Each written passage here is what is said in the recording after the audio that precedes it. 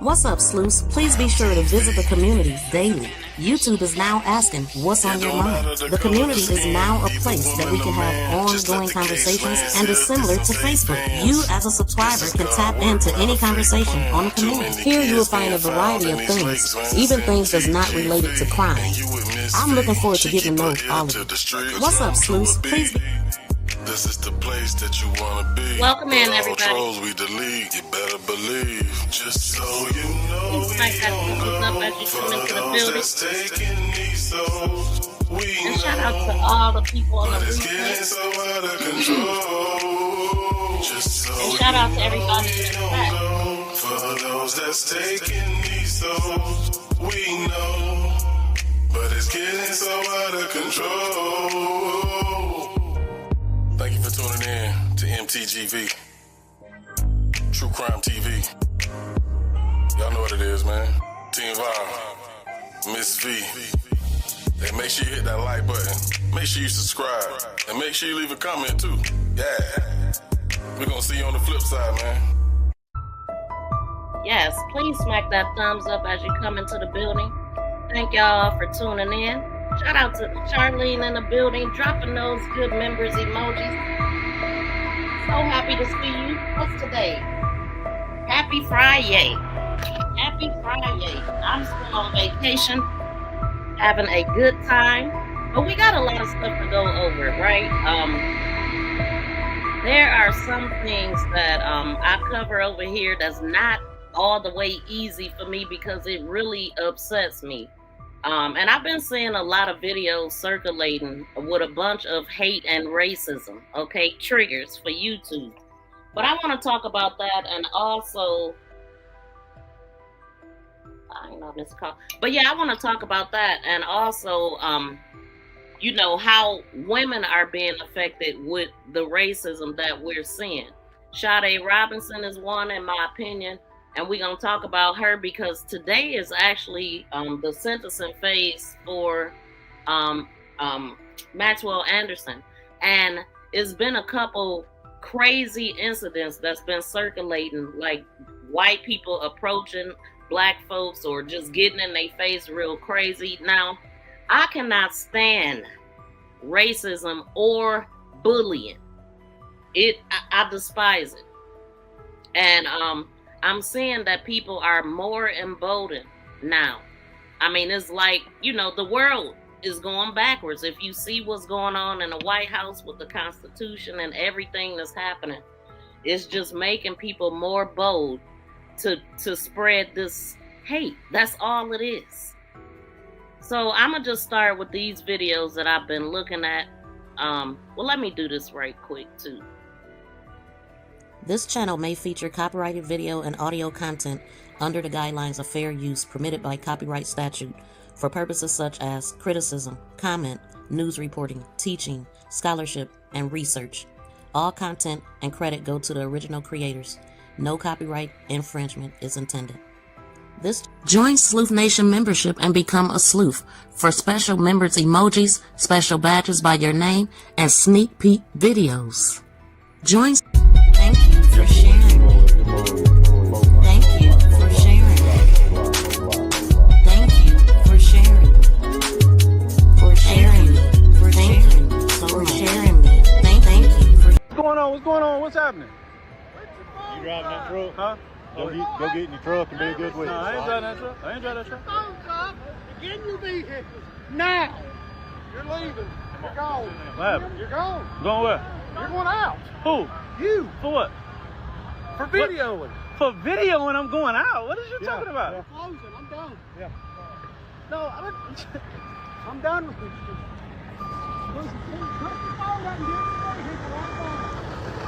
Leave me alone. Let's goddamn go. Leave me alone. Get your fucking truck. Leave me alone. Leave me alone. Get your fucking truck. Tell the cops. I'm leaving. Now. Get me the fucking phone. Let's go, bitch. Let's go. Get in the fucking truck. Yeah. Don't get out of the truck no more. Don't get out of the truck no more? Take you out. Yes, the sheriff's department's coming to get rid of you and your fucking mud. Okay. So stay in your truck. Yes, sir. Before something Get bad in, happens. Yes, sir. Get in. Yes, sir. Yes, sir. Yes, sir. Do it now. Yes, sir. Yes, Yes, sir. ma'am, I'm saying, shut your door, shut your mouth. You're the sheriff? You're the sheriff, right? Yes. And you weren't trying to talk to me. Can I draw the Yeah, window I'm down? done talking with you. Shut the door. Can I draw the window down? No, roll the window up, roll the other window down. Hey, sir, you slammed the door on my door. And that's all I'm recording. I'm gonna put you in That's jail. all I'm recording for slamming on the door. I didn't slam it on You the did door. that? Yes, you did. You Have it had on a hold recording. to get in the door. Okay, yes, sir. Yes, sir. Y'all going to jail. Y'all going down. This town going down. You and your phone. Get your ass beat. Off my property Get now. the out of here. Record that. Come back again. I'm hang your ass. Now. Yeah, he did say that twice, and it should constitute a hate crime. Maybe the officer who showed up on scene just didn't understand that. If you don't know what we're talking about, if you're on TikTok, you can click on the comment. But it's a video of this couple who got angry that a young black man was soliciting at their front door and said some pretty horrible things to him, only he wasn't even a solicitor. He wasn't selling anything. He was a project manager with a utility company, there to tell them that, hey, there's been a bunch of upgrades in your neighborhood, and here's how you utilize them. So, great that that's how they received him. Now, as I said, that officer who showed up didn't seem to understand it's a crime. Maybe others will. And you might see this and think, oh, good, he got arrested. And he did. But this has nothing to do with the situation in the video. No, Stephen Willie here has a little bit of a record. Most recently, battery domestic violence. And that was this year. So, class act, this guy. He and his wife, Cheryl Gregg, which, hang on. Okay, yeah, the two of them. Hopefully they will face consequences. At the very least, people who know them, people who live around them, can know exactly what kind of people that they are. And you all brought that on yourself. In the meantime, the young man who was involved has been unable to return to work because this was traumatic, understandably so. This is a GoFundMe that he set up. Very easy to go on GoFundMe and type help AJ provide, and it'll pop right up. Like in my story on Instagram, I'll probably put a link. But aside from that, if y'all want to give him a hand, send him a little something.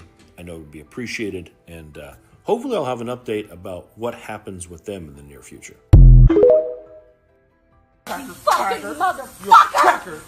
Keep on. Yeah, keep Hit on. me. Keep on. Because I want you to go to jail. I don't care. I want you to go to jail. Hey, bro, let it go, bro. Now you make the right motherfucking one, motherfucker! I know who I am, what I do out here. Guess what? I don't think you know who I am and what I do out here! Now take this shit off my grass! Stop spraying our people's stuff. That ain't your stuff. That's the fucking road, motherfucker. Hey, Get off my shit! Finish this shit, bro, we can't finish this shit. She out here. Oh, damn, we got to watch this shit, bro. No, you ain't staying call the here. police. You're not allowed to park up here and block shit. And you're not allowed to be on my property. And you're on my fucking shell guard and ruin it. And then I'm gonna fucking sue your ass. You fucking think it's funny? You don't think it's Bro, what funny. Trent? Where's Trent? He said he on his way, bro. Yeah, he on his way and he gonna Yeah, fucking stroke a check for 200.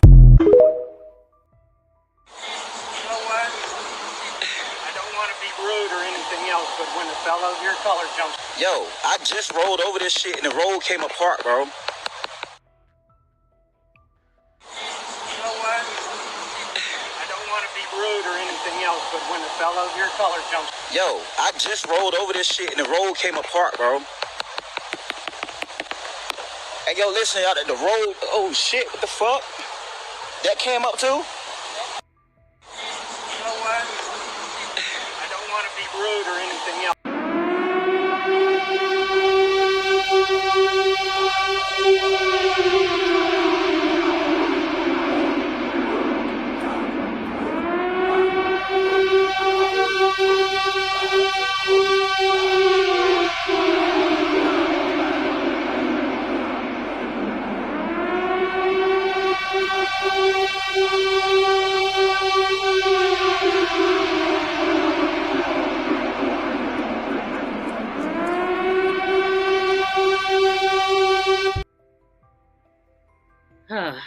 Man.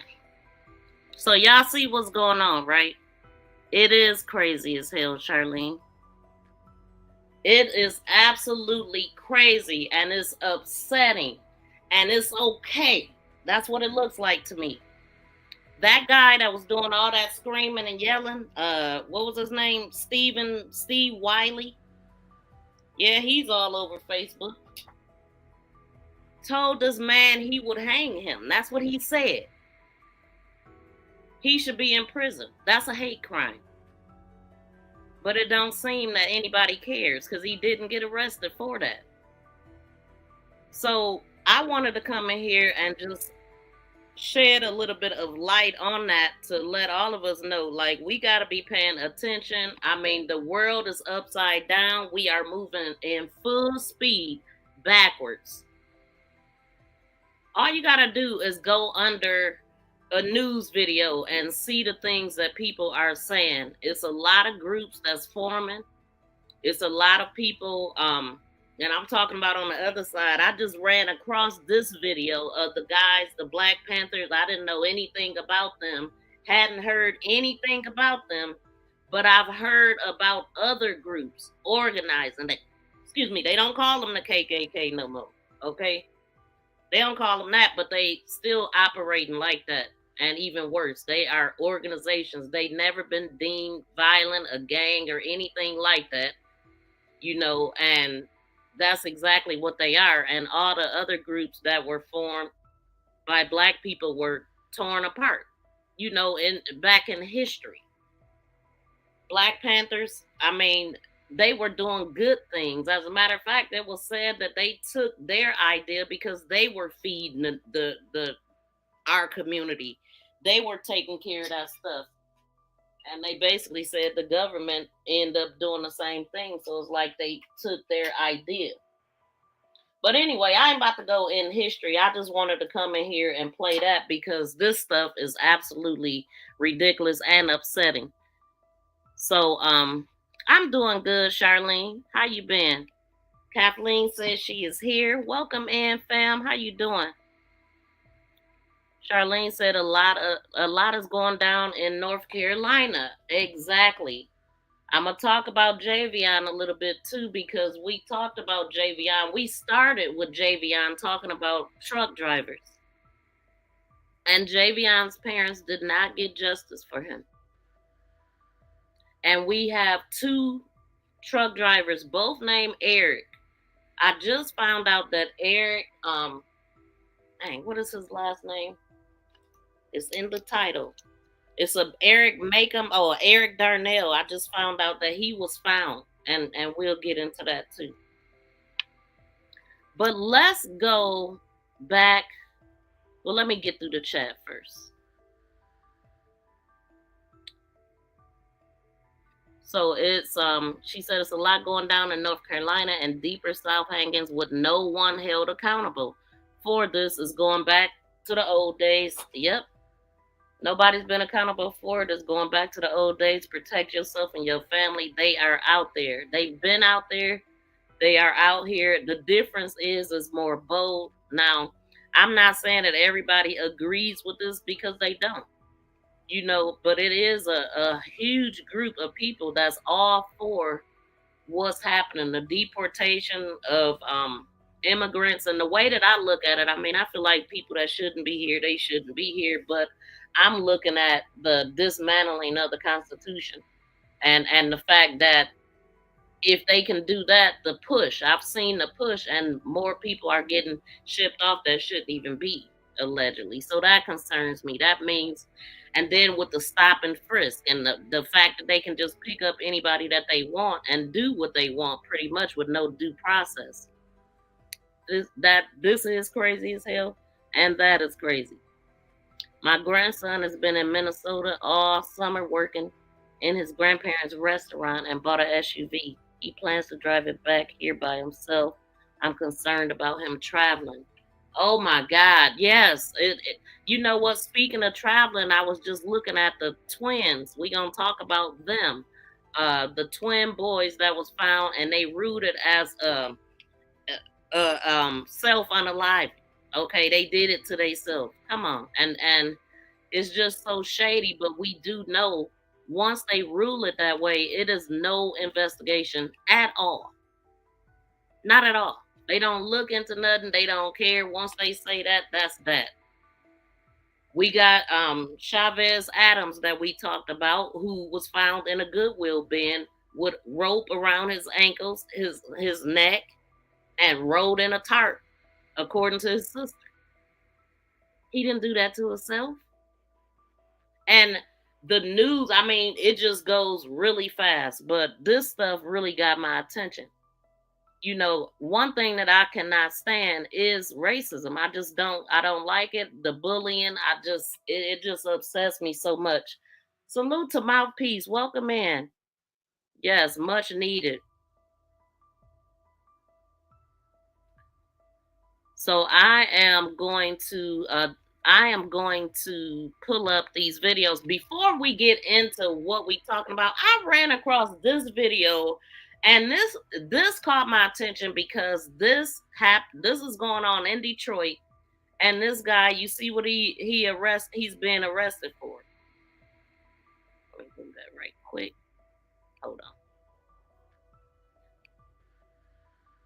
This food right here. I mean, I had to show y'all this because I'm like, wait a minute. This is a first. Very interesting.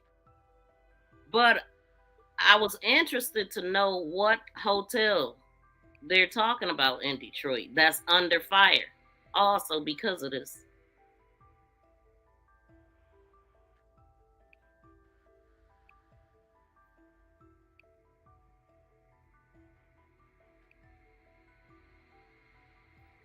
What the heck?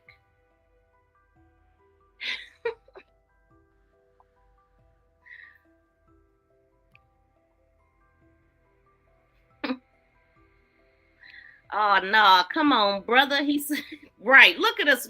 Oh, this look like the Quality Inn they talking about. Hold on. This food.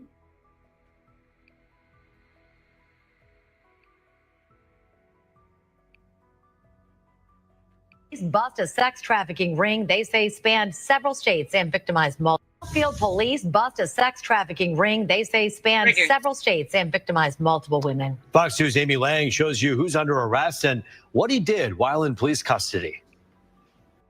33-year-old Randolph Lewis from Arlington, Texas, locked up in Southfield and injuring himself while in police custody. Now hospitalized with head injuries, he's facing some pretty serious charges once he's transferred to the Oakland County Jail. These victims, some as young as 17 years old, were coerced, threatened, and manipulated into a life of sex trafficking.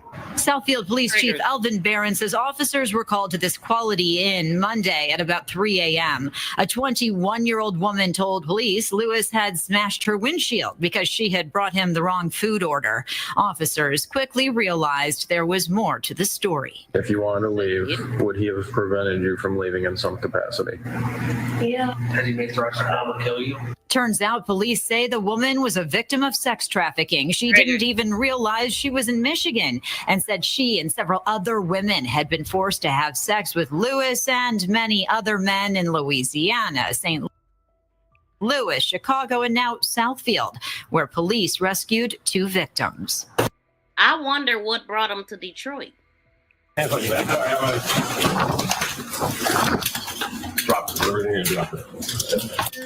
arrested Randy Lewis. What's the problem? What's your name?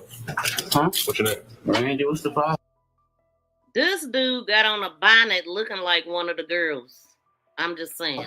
Police say not only are they getting better at recognizing the signs of human trafficking, but the same goes for hotel staff as well.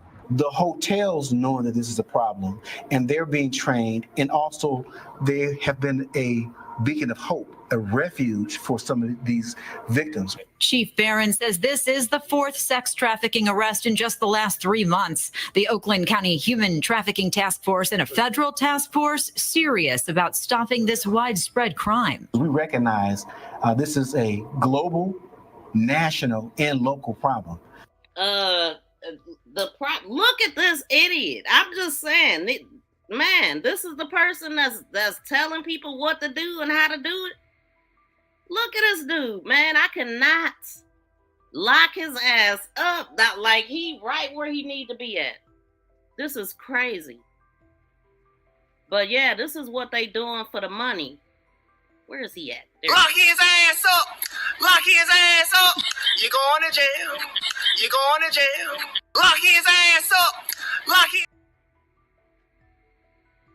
He is there, and he's dumber than he was going in after hitting his head. Barron says Lewis is responsible for sex trafficking at least 10 other women and had been advertising their services online in commercial sex apps. These individuals have no regard. It's about profit, control, manipulation, but we're going to hold them accountable. Lewis is also facing charges in Louisiana. In Southfield, Amy Lang, Fox 2 News. Yeah. Family members say store surveillance videos left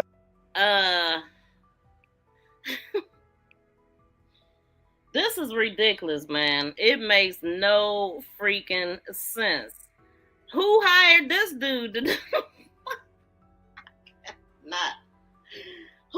Well, I guess he must be working on his own. I don't know, but he's doing this traveling with these girls, so he gotta have some connections in different states, different cities.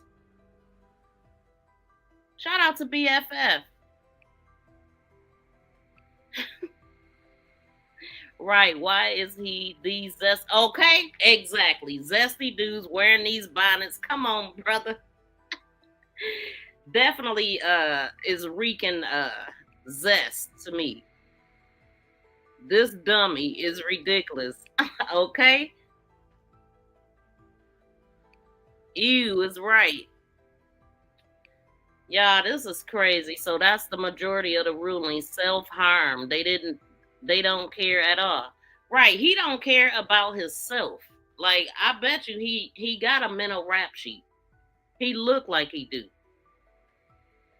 And to go off on the female, like, okay, let's just think about this. Whatever he did to her, had he not done that, he wouldn't even been caught. He was there spazzing out on her about some food or the wrong order or something, I think they said. And now everybody caught. Just stupid. But it's good. I'm glad he done. Okay, let me put this back up. Oh, and also, let me play that video again. What's going on? What's going on? What's happening? You driving that truck? Huh? Go get in your truck and be a good witness. No, I ain't driving that truck. I ain't driving that truck. Phones up. Get in your vehicle. Now. You're leaving. You're gone. What happened? You're gone. Going where? You're going out. Who? You. For what? For videoing. What? For videoing, I'm going out. What is you talking about? Yeah. Closing. I'm done. Yeah. No, I'm done with this.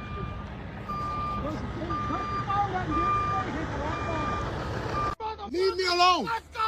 Leave me alone. Get your fucking truck. Leave me alone. Leave me alone. Get your fucking truck. Tell the cops. I'm leaving now. Give me your fucking phone. Let's go, bitch. Let's go. Get in the fucking truck. Yeah. Don't get out of the truck no more. Don't get out of the truck no more? Take you out. Yes. The sheriff's department's coming to get rid of you and your fucking mud. Okay. So stay in your truck. Yes, sir. Before something bad happens. Yes, sir. Get in. Yes, sir. Yes, sir. Yes, sir. Do it now. Yes, sir. Yes, sir. I'm saying, shut your door, shut your mouth. You're the sheriff? You're the sheriff, right? Yes. And you weren't trying to talk to me. Can I draw the window down? I'm done talking with you. Shut the door. Can I draw the window down? No, roll the other window down. Hey, sir, you slammed the door on my door. And that's all I'm recording. I'm going to put you in jail. That's all I'm recording for slamming on the door. I didn't slam it on the door. You did? Yes, you did. Have it on recording. Get in the door. Okay, yes, sir. Yes, sir. Y'all going to jail. Y'all going down. This town going down. Yeah, this town going down. What's going on? What's going on? What's happening? That right there, it really pisses me off because I know people say we ain't like our ancestors, even though times was different, all of that. But it sounds a lot like we are. You know what I'm saying? And he's a sheriff. That's the sheriff. No remorse for his pet, right? The guy with the bonnet definitely a thunder. Okay, I believe it for sure. That's why he mad. But this guy is the sheriff. So you already know. It sounds like this is possibly a sundown town. I don't know exactly where they are. Hold on, let me look. Let me get a little bit more information about this. Oh shoot, I think it did pop up.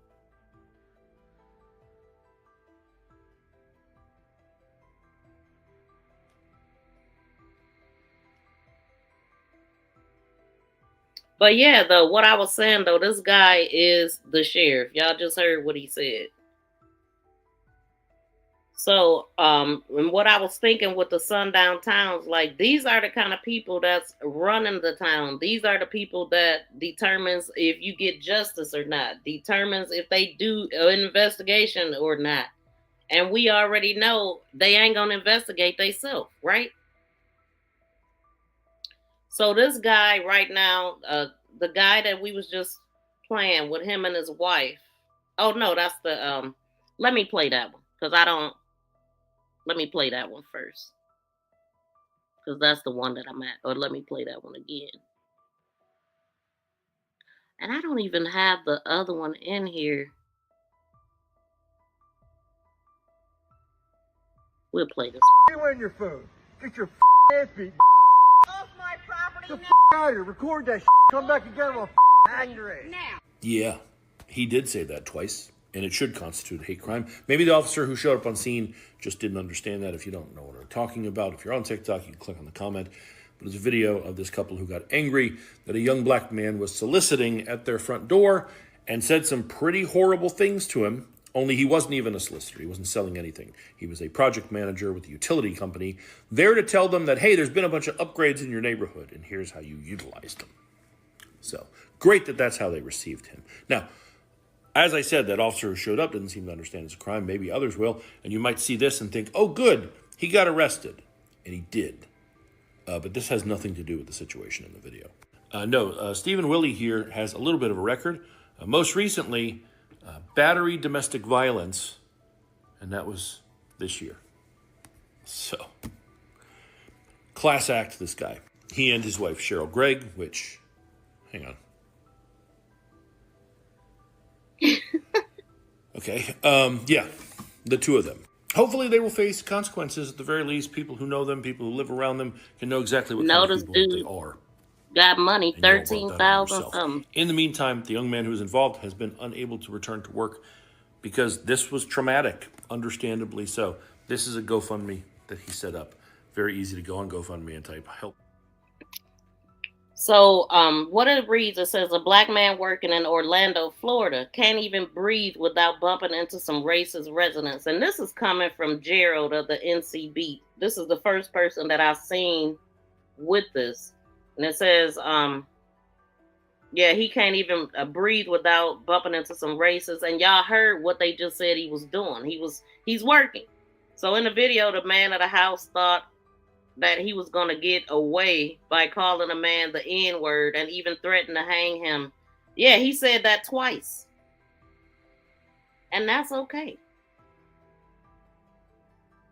Okay, and then, oh, shoot. Great. What's his name again?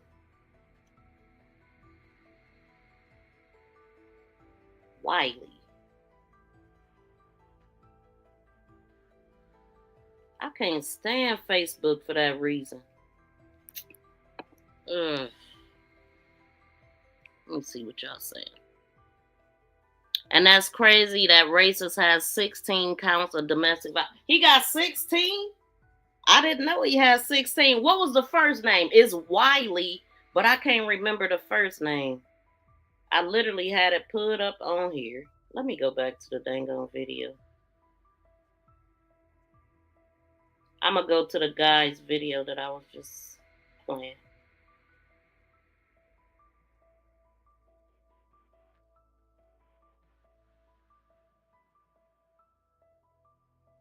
So annoying. Oh, he talking about dude. Hold on. Dang, I missed it. That killed his wife, and 8 years later she came. No, not that.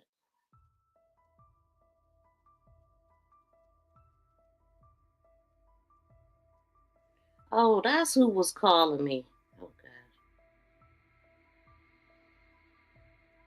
That's something. Like, I've been here all day, ain't getting out one call, and got an important one.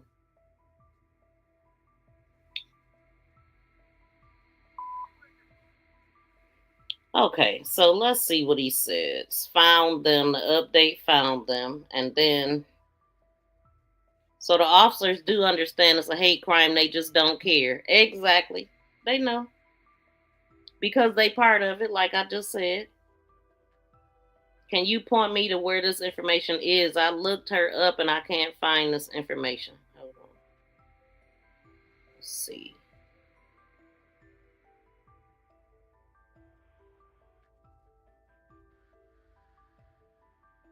So any information on why Orange County Sheriff's Office didn't charge the racist couple. So people are tagging Orange County Sheriff's Office.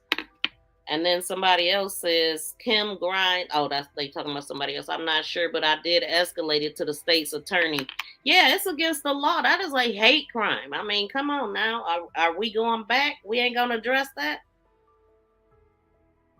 Didn't charge the racist couple who threatened to lynch a black man. I'm not sure. Yeah. Okay. Somebody said I reported Cheryl Ann Plies, the woman above, to Florida Health Department. She is a pharmacy technician license. What? Oh yeah, listen. If everybody else can lose their dang on jobs, they can too. Why Donald Duck ain't doing nothing about this? Hey, this ain't big enough. You see it. This ain't big enough, but I'm sure they see it. They be on social media. It definitely need to be escalated because come on, you can't be bold like that. Only thing that was missing was the dogs and the billy clubs and the police walking with them. But you see the guy that was at the landfill, that was a sheriff. That's what I'm saying. These are the type of people that allow it, cover it up. This is what we was looking at with Javion McGee, or this is what we are looking at with Javion McGee. Okay, dang, I can't see the whole name. What is the guy's name do anybody know the guy's name who they were doing this to? I want to see if I can find this GoFundMe to see where it's at now.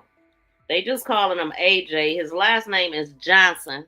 Do anybody know the guy's name that this happened to? What I'm gonna do? Let me pull something else up because I need to be looking for stuff right quick. We gonna have to come back. So one of the things I wanted to talk about the twin boys that was found unalived on Bell Mountain or something, and we know they said that it was a self-unaliving, a suey. We know it ain't. How you doing, Bronze? Yeah, it's AJ, but I need his real name, like his whole name. It looked like I see ANTA. Let's see. Maybe I could find it this way. Hold on. But I'm gonna let why is that? I'm gonna let this play right quick. The family of the twins, they spoke out and called out what it is with them. So I'm gonna play that video. Them with more questions than answers. Nearly 2 months after their loved one, twin teenagers were found dead in the North Georgia mountains. Authorities ruled Kadir and Nazir Lewis deaths a murder-suicide. Both teens had suffered gunshot wounds, but their loved ones suspect foul play.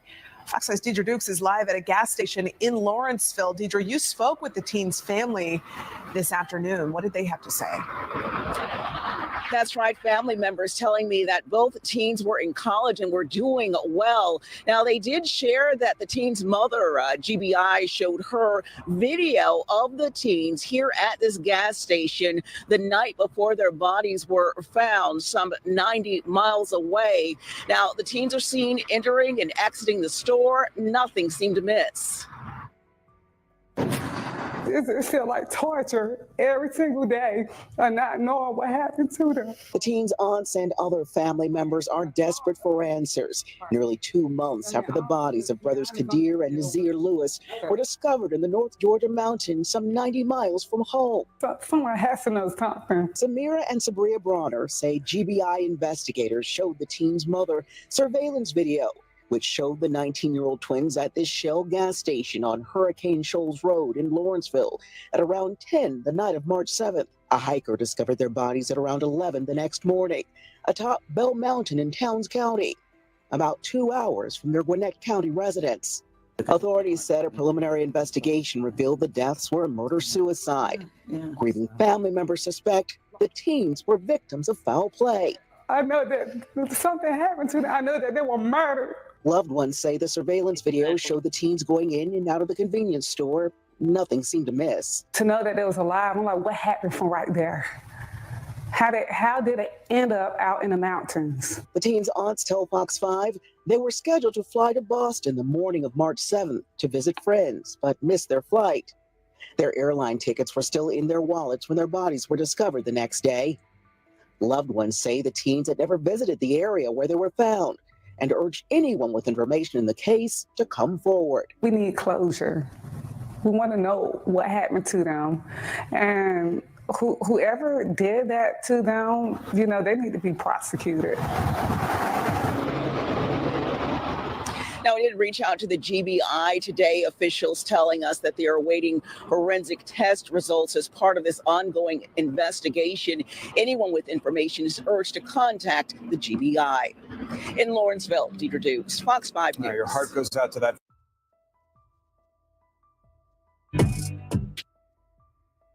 And welcome back here to Live Now from Fox. I'm Andrew Kraft. Our next story takes us to Georgia.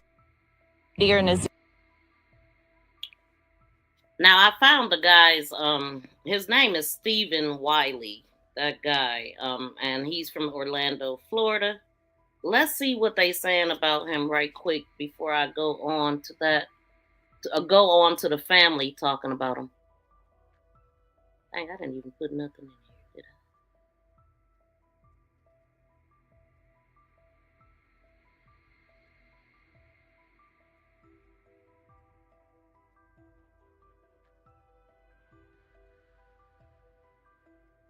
Hold on, y'all.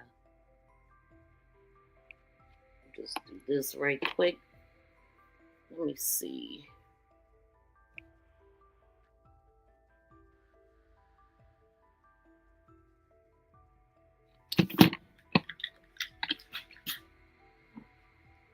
One second.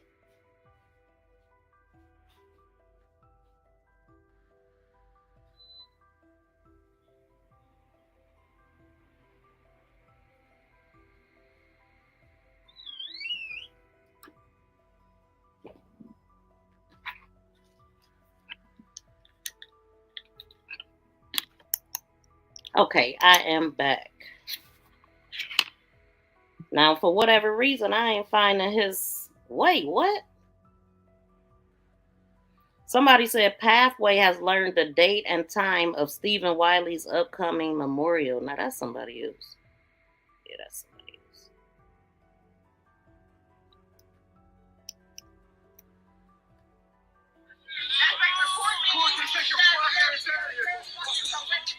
Why do they got that music playing with that? That's so stupid.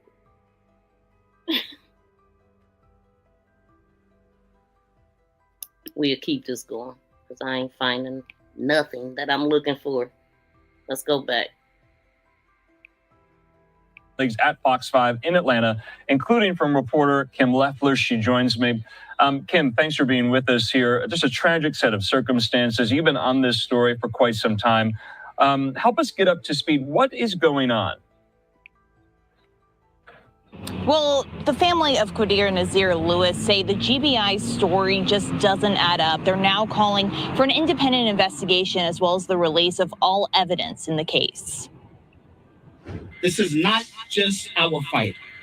It is a test of whether Black lives truly matter in this country. The family of Qadir and Nazir Lewis have pushed back against the GBI's finding of their deaths as suicides. Those teenage boys would have driven off of a cliff if they had to drive on a curvy, windy, narrow road up a mountain in pure darkness. A hiker discovered the bodies of the 19-year-old twins on Bell Mountain in Towns County back in March, both with gunshot wounds. The GBI says investigators reviewed cell phone location data, surveillance footage, internet history and purchase records, and forensic evidence, and determined the brothers' injuries were self-inflicted. They say the evidence also showed the twins traveled alone from Gwinnett County to the mountain, but their family says it all doesn't make sense. They left their subdivision at 10:17 p.m., making a quick trip to the gas station, then vanished. What happened after they left the gas station? Show us more videos. According to the GBI's most recent update from May 21st, they say the investigation will be formally closed in the coming weeks. Georgia NAACP Chapter President Gerald Griggs says there's similarities between this case and others like Ahmaud Arbery in 2020. The twins' family says they won't rest until they get answers. So as somebody who worked on that particular case, the same thing that I'm hearing right now gives me pause. And that's why we need an independent investigation. For the 116 years that the NAACP has responded to lynchings, we know what a lynching looks like. We know what it smells like. We know what a cover-up starts out like. We did reach out to the GBI today, and they referred us back to their most recent statement and findings in May, but they did say they will be providing an update when the case is formally closed. So I just wanted to say that when cases like this, they can't find a suspect, they don't want to investigate, they quick to say that they did it to themselves. It is a cover-up, clearly. They all work the same way. They really do. Typical. The handling of the case, the person who allegedly came across their body was supposed to be some type of volunteer for the fire department or something. They didn't give his name right away. They waited forever before they even let us know who he was. I guess they booked him, but he was right back out, and he ain't been charged because they said they did it to themselves. They had plenty of time to stage it. It was people there. It's so upsetting. And this is a huge difference between this is systematic racism when they can control everything. They control everything. Whether you get charged, all of that stuff, because the police is in on it. And that's crazy that Racist has 16 counts of domestic violence. That's what Mouthpiece was just saying. I'm sitting here looking at his booking sheet because what's so weird, well, I don't have everything though. But what's funny, this was posted on Orange County, Florida's recently booked page, and it was posted on May 12th. So the person that he got these domestic violences with is the idiot that's probably running up behind them talking about the guy too, because I mean that's his wife, right? I'm assuming. So look, this is let me let this finish, because I'm gonna get back on this guy we was talking about. That's latest from here, but for now we'll send it back to you. Kim, just a brief question. So what's next in this story? Where does it go from here? Well, at this point, we're still waiting for the official word from the GBI that this case is closed, but the family certainly is going to continue their push to get that evidence released. They say they want to see everything to make that determination about exactly what happened, because they say this was really unusual for the boys to leave their home and go all the way up to the North Georgia mountain, about 90 miles or so from their home here in Gwinnett County. All right, Kim Leffler there with Fox 5 Atlanta. Kim, thanks so much for your time, for your reporting. We'll check in soon. Thank you. Okay, in the meantime here, just wanted to get that major headline in coming to us. That's from North Georgia. The 19-year-old brothers, they lived in Lawrenceville. They were discovered by a hiker earlier this year in Towns County. Now, according to the GBI, investigators examined cell phone data, surveillance video, internet history, and purchase records before determining their injuries were self-inflicted. Let's listen to a little bit more, though, from their family members speaking out today, alleging that the GBI's findings are incorrect. Cases like this. I am retired out of law enforcement over 30 years. I've experienced both aspects of violence. So I know firsthand the victim and the judicial aspect. But I stand firmly. If you think this is over, I'm tired of saying it. Enough is enough. We will not take any less than a thorough, swift, and transparent investigation. This father here grieves, and so does the mother and the family members.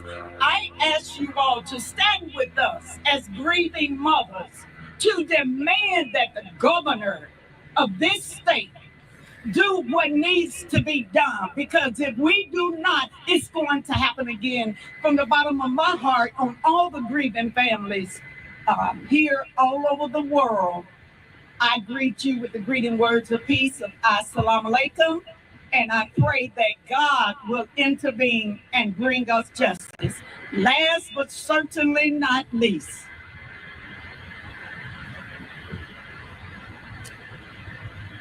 there can be no peace without justice. And there can be no justice without truth. And there can be no truth unless someone stands up and tells us the truth. Thank you so much for your presence, and we look forward to the collaboration. On behalf of grieving relatives, we express our condolences to the family. God bless us all.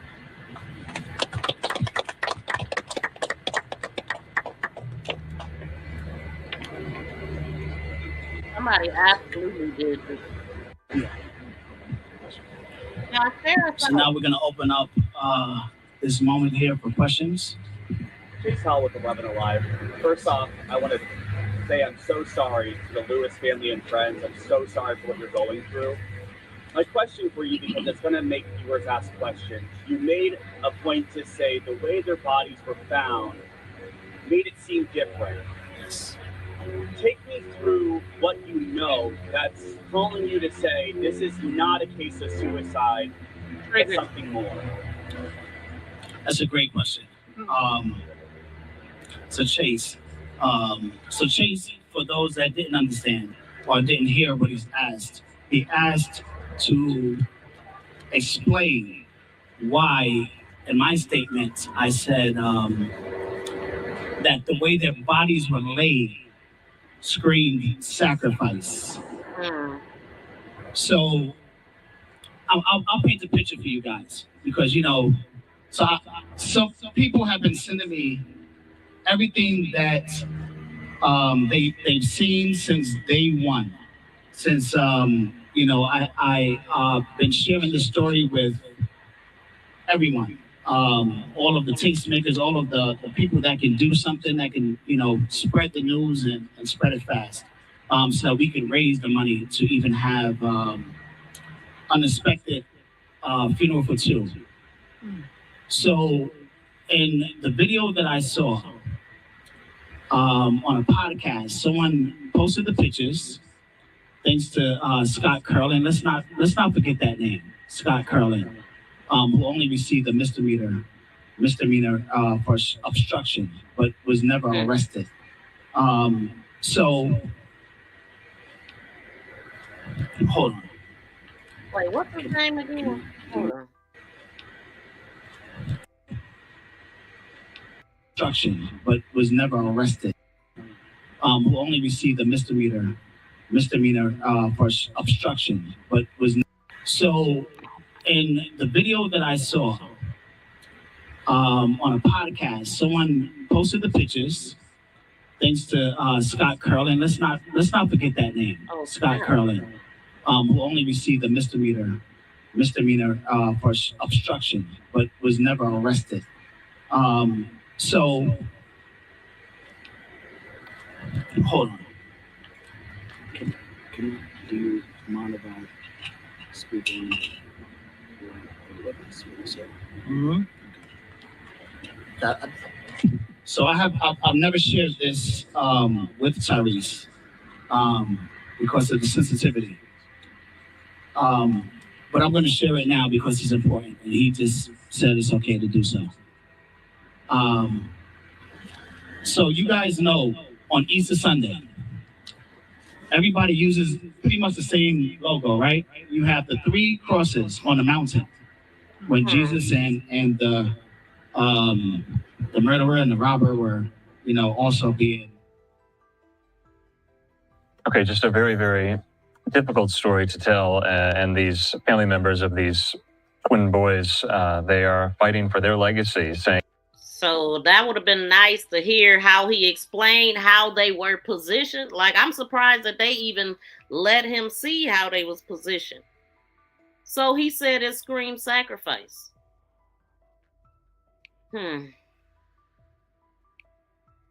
This is so sick, man. All they was doing was they was supposed to be going out of town to visit friends, and they just telling us anything. The family know them. The family said these boys have never even got into an argument or said a harsh word to each other, but they want the family to believe what they saying. I believe the family. They know them better than anybody. And so I did find they GoFundMe, Quadir and Nazir, tragic loss, family needs help. So they have a goal of 200K, and right now they have 69,320 327. It was organized by a Yasmin Bronner and her twin Bronner. So the ladies that's been talking, I guess. Okay, and then it says, I am an aunt. Yep, I am an aunt of the twins Quadir and Nazir Lewis, who were found deceased at the top of Bell Mountain in Georgia. In recent news reports, it was claimed that they took their own lives. My nephews wouldn't do this. They came from a family of love, and the twins wanted so much for their future. Okay, hold on. Let me make this bigger. Little as heck.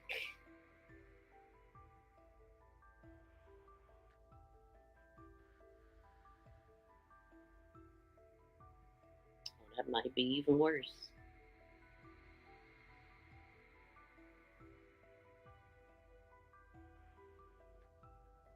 So they have 1.6K donators too.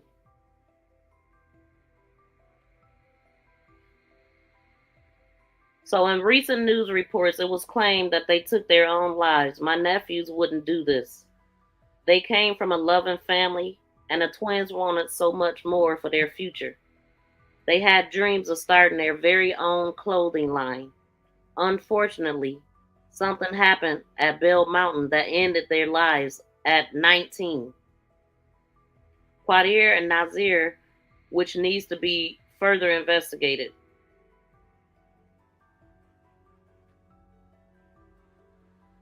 We need your support to share this story.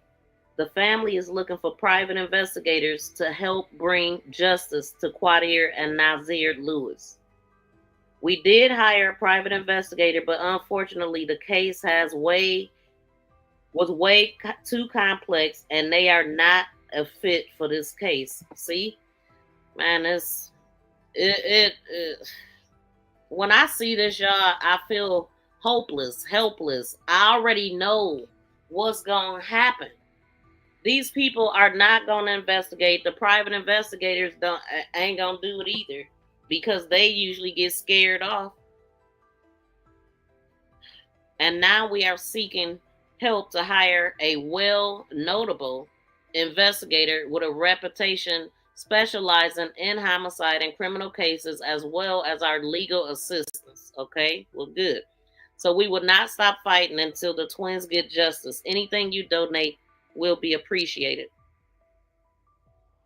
And then April 10th, they did an update, and it said that although the autopsy has been completed, we are still waiting on toxicology reports that can take several weeks, and GBI is still investigating and gathering forensics.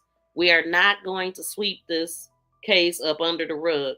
We want to know the truth of what happened to Quadir and Nazir so the family can get some closure. So basically what they've been doing all through this is updating people and letting them know, where they are and stuff. Did they find a weapon on the scene? Now, I thought I remember them saying that they didn't they didn't at first. I will have to go back and research it because I don't remember, because I didn't follow it closely like that. But I remember it was something about the weapon that people were like, well, where was the weapon at? And I think it was at a distance of them. Or did they say the weapon? It was no weapon. I can't remember. I'm going to have to look. But then on April 3rd, they said, as we are still waiting for investigators to complete the private and GBI, we are hoping for the truth and substantial evidence of what happened to the twins. Man, that's why it's so hard for me when I'm talking about these cases, because it just enrages me because they're not going to investigate themselves. Police know what this is. Like that, come on, man. They said they never said a harsh word to anybody, to each other. They would have never done this on their way on a trip. They just got caught up, and I just wonder where. From the store they seen them in? Somebody must have followed them. And another thing I was looking at, there's no reason why they shouldn't have a trail of everything they did, because when I was listening at we was listening at the Sade Robinson case yesterday, they said so much that they did. I'm talking about everything picked up Maxwell Anderson. Liquor store and gas stations and readers, license plate readers, and him going down the street. They had this dude, they even had him physically walking down the street. They had him on the bus. They had this dude everywhere. So when it's not a cover-up, it's easy for things to get solved. When it's a cover-up, it's all kind of complications. They ain't getting back with you. They don't want to talk to you. They treating you like crap, just like Jelani Day. He ain't got justice yet. And they ain't going to give it to him because they covered everything up. Pisses me off. These are the ones that they do nothing about, and it's so unfair. We all know what it is. So, GBI, we are hoping that the truth and substantial evidence will come out on what happened to them.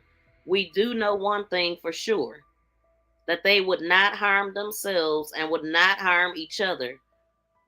So we demand a thorough investigation and those individuals to be prosecuted while we are awaiting for answers. We are using some of the funds for mental and grief counseling.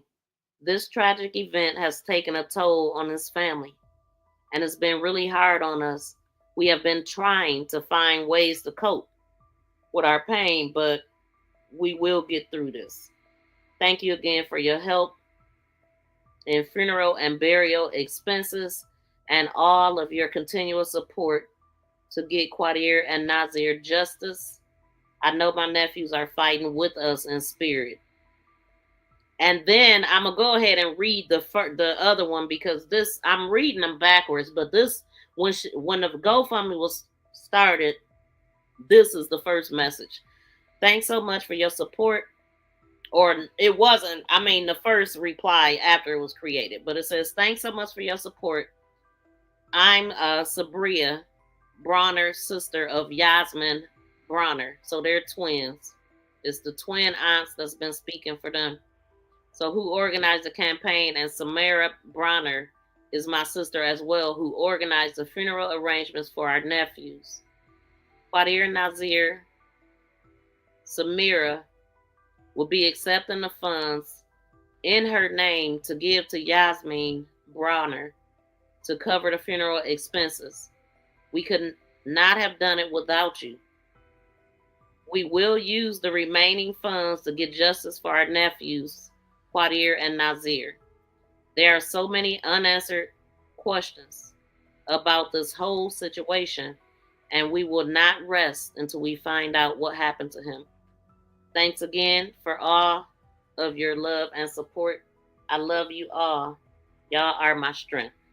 So I'm glad that they at least got the help. You know, I'm sure some rich folks donated that, you know, it's a lot of people that donate that be waiting on stuff like this to give to. And maybe somebody might be feeling a little guilt too. I don't know. But this is upsetting, y'all. It's not okay. Thank y'all to everybody hitting the thumbs up and the reactions. Be sure, yes, please smack that thumbs up. Oh man. Okay. So like I said, they also were talking about Sade Robinson today. So I'm gonna pull this back up. Let me see. Where is this one?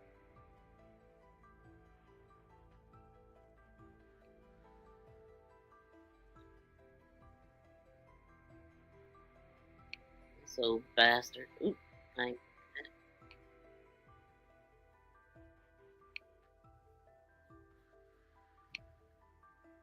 there's something about his eyes that ain't spaced right or something. Something weird about this dude. It's a lot weird about him.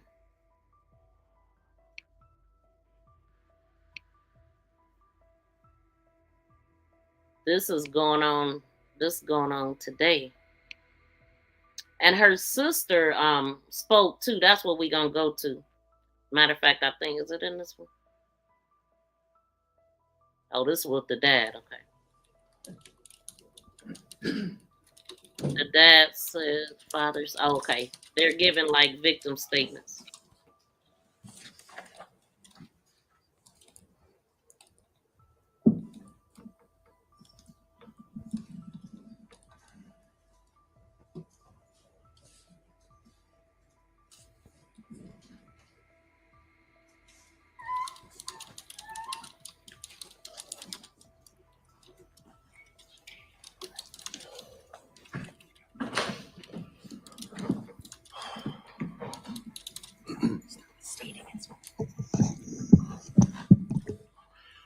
My name is Carlos Robinson.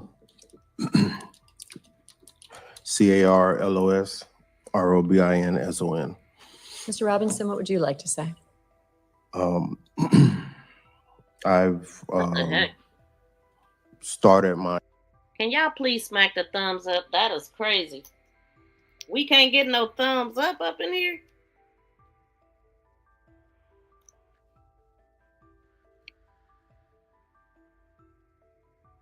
Join Sleuth Nation membership and become a sleuth for special members emojis, special badges by your name, and sneak peek videos. What's up, sleuths? Please be sure to visit the community daily. YouTube is now asking what's on your mind. The community is now a place that we can have ongoing conversations and is similar to Facebook. You as a subscriber can tap into any conversation on the community. Here you will find a variety of things, even things that's not related to crime. I'm looking forward to getting to know all of you. Are you a true crime sleuth looking to binge watch great content? Come on into my channel where I have a variety of videos, shorts, live streams, podcasts, playlists, members only videos, and also we have posts. Posts is a place where I share upcoming live streams, videos, calls to action, polls, quizzes, pictures, and ongoing conversations. Stand out and become a member with badges and special members emojis. Thank you for your like and subscription. Are you a What in the fuckity fuck kind of shit is this? Wow. Y'all can at least hit the thumbs up. But since I ain't got all day, I'm going to keep going. My speech. I'm a busy woman. multiple times since the trial.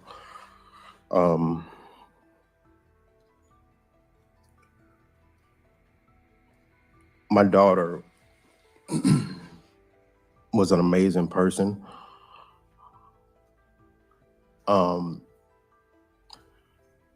She lit up every room she walked into.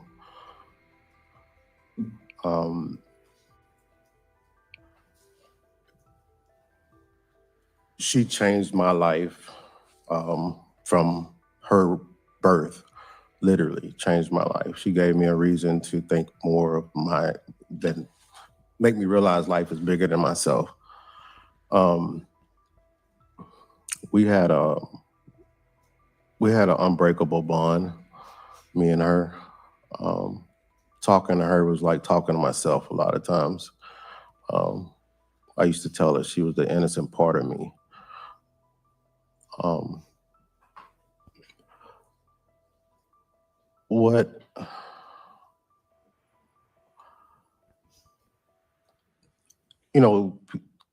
People lose their children. That's sometimes a part of life. I understand that. But to lose your child in this manner is unthinkable. No, I've tried therapy and all kind of treatments, and nobody can Welcome in, Black Warrior. help me get I'm through good. this process because everybody says nobody has ever been through this. Please smack the thumbs What up. he has done Thank you. Appreciate you. is inconceivable. And to know that there's a chance I might not even have her completely to be able to put her at peace brings me night terrors and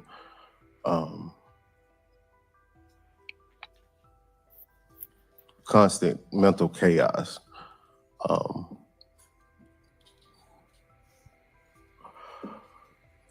He has my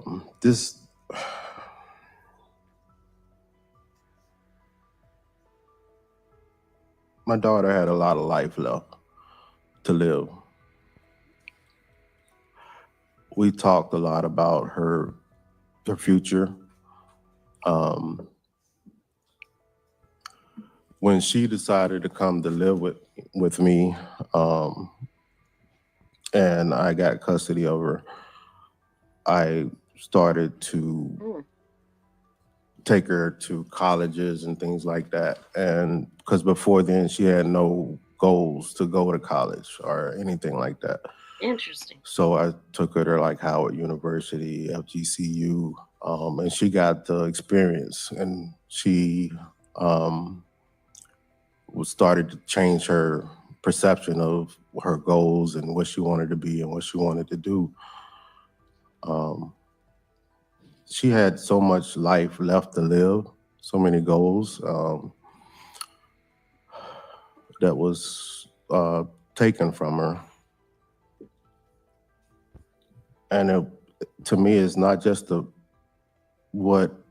she's not here, it's the way that she's not here. I can't wrap my mind around it. Somebody that does something like this doesn't even deserve.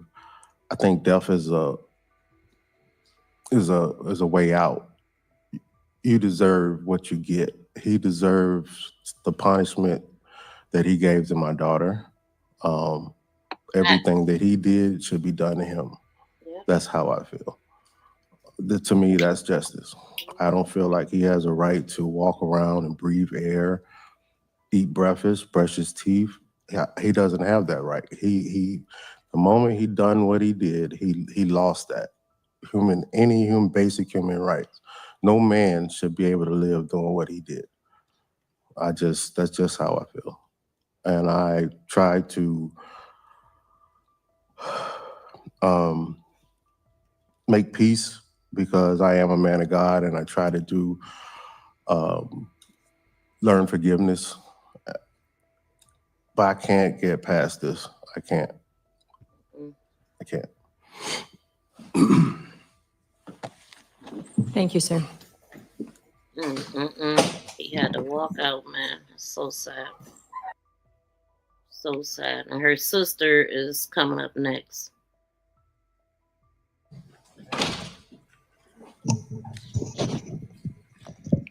But I also wanted to say, though, this is how it works when they not.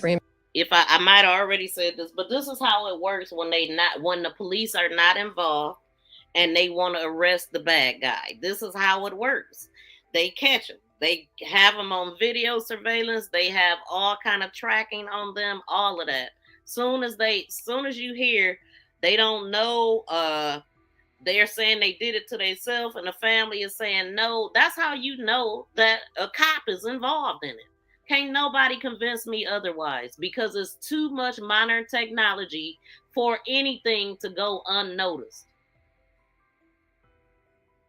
The person that took those pictures should be in jail for this. They need to find something on him. Because we already know Maxwell Anderson, what did he do? He took pictures of Sade. Because that's what they do. Trophy shots. That's what they do. Look at history. In order to begin, would you please state your first and last name and spell both for the record? Adriana Reams, ADRIANNA. REAMS. Ms. Reams, what would you like to say? When Maxwell Anderson murdered my sister, he redefined my definition of misfortune. No amount of financial hardships, disputes, or everyday struggles were even in the same realm as the effect of the loss he created. He made it, And try to go slow, okay? He made it to where my grandfather, who had just gotten diagnosed with cancer, lost his will to live his already health-threatening life. He was mentally sick and constantly bedridden. He could not even garden, which is a core part of his life that I have seen him do every year that I have been alive. He made me witness my hypersensitive grandmother on the verge of heart attack several times. Breaking down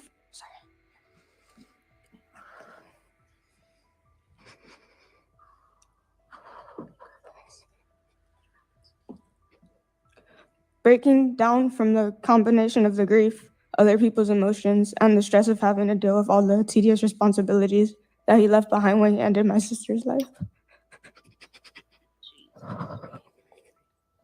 He stole my father's ability to see the work he put in to raise Sade for 18 years, pay off by having more than a year of seeing her be a happy, successful adult who still loved and appreciated him. He stole her father's ability to repair his relationship with her and be as close as they once were. He stole my mother's chance to ever finally become the mother that Sade always deserved. But most importantly, he stole Sade's chance to be an adult, to choose who she would and would not let into her life, to prioritize herself for the first time and do what makes her happy. As a result of his actions, I have had to grow up way faster than a 16-year-old should have to. I had to communicate with law enforcement, take care of my family, physically pick my mother up off of the ground, on top of trying to deal with my own loss, because he left them all too weak and broken to do anything. I had to quit my job because Sade got me that job, and the whole time I was there, I worked with her. I saw the effect she had on people, the way everyone lit up from her presence, the way she made everyone, from customers to coworkers feel special, which meant that I had to watch all of that go away.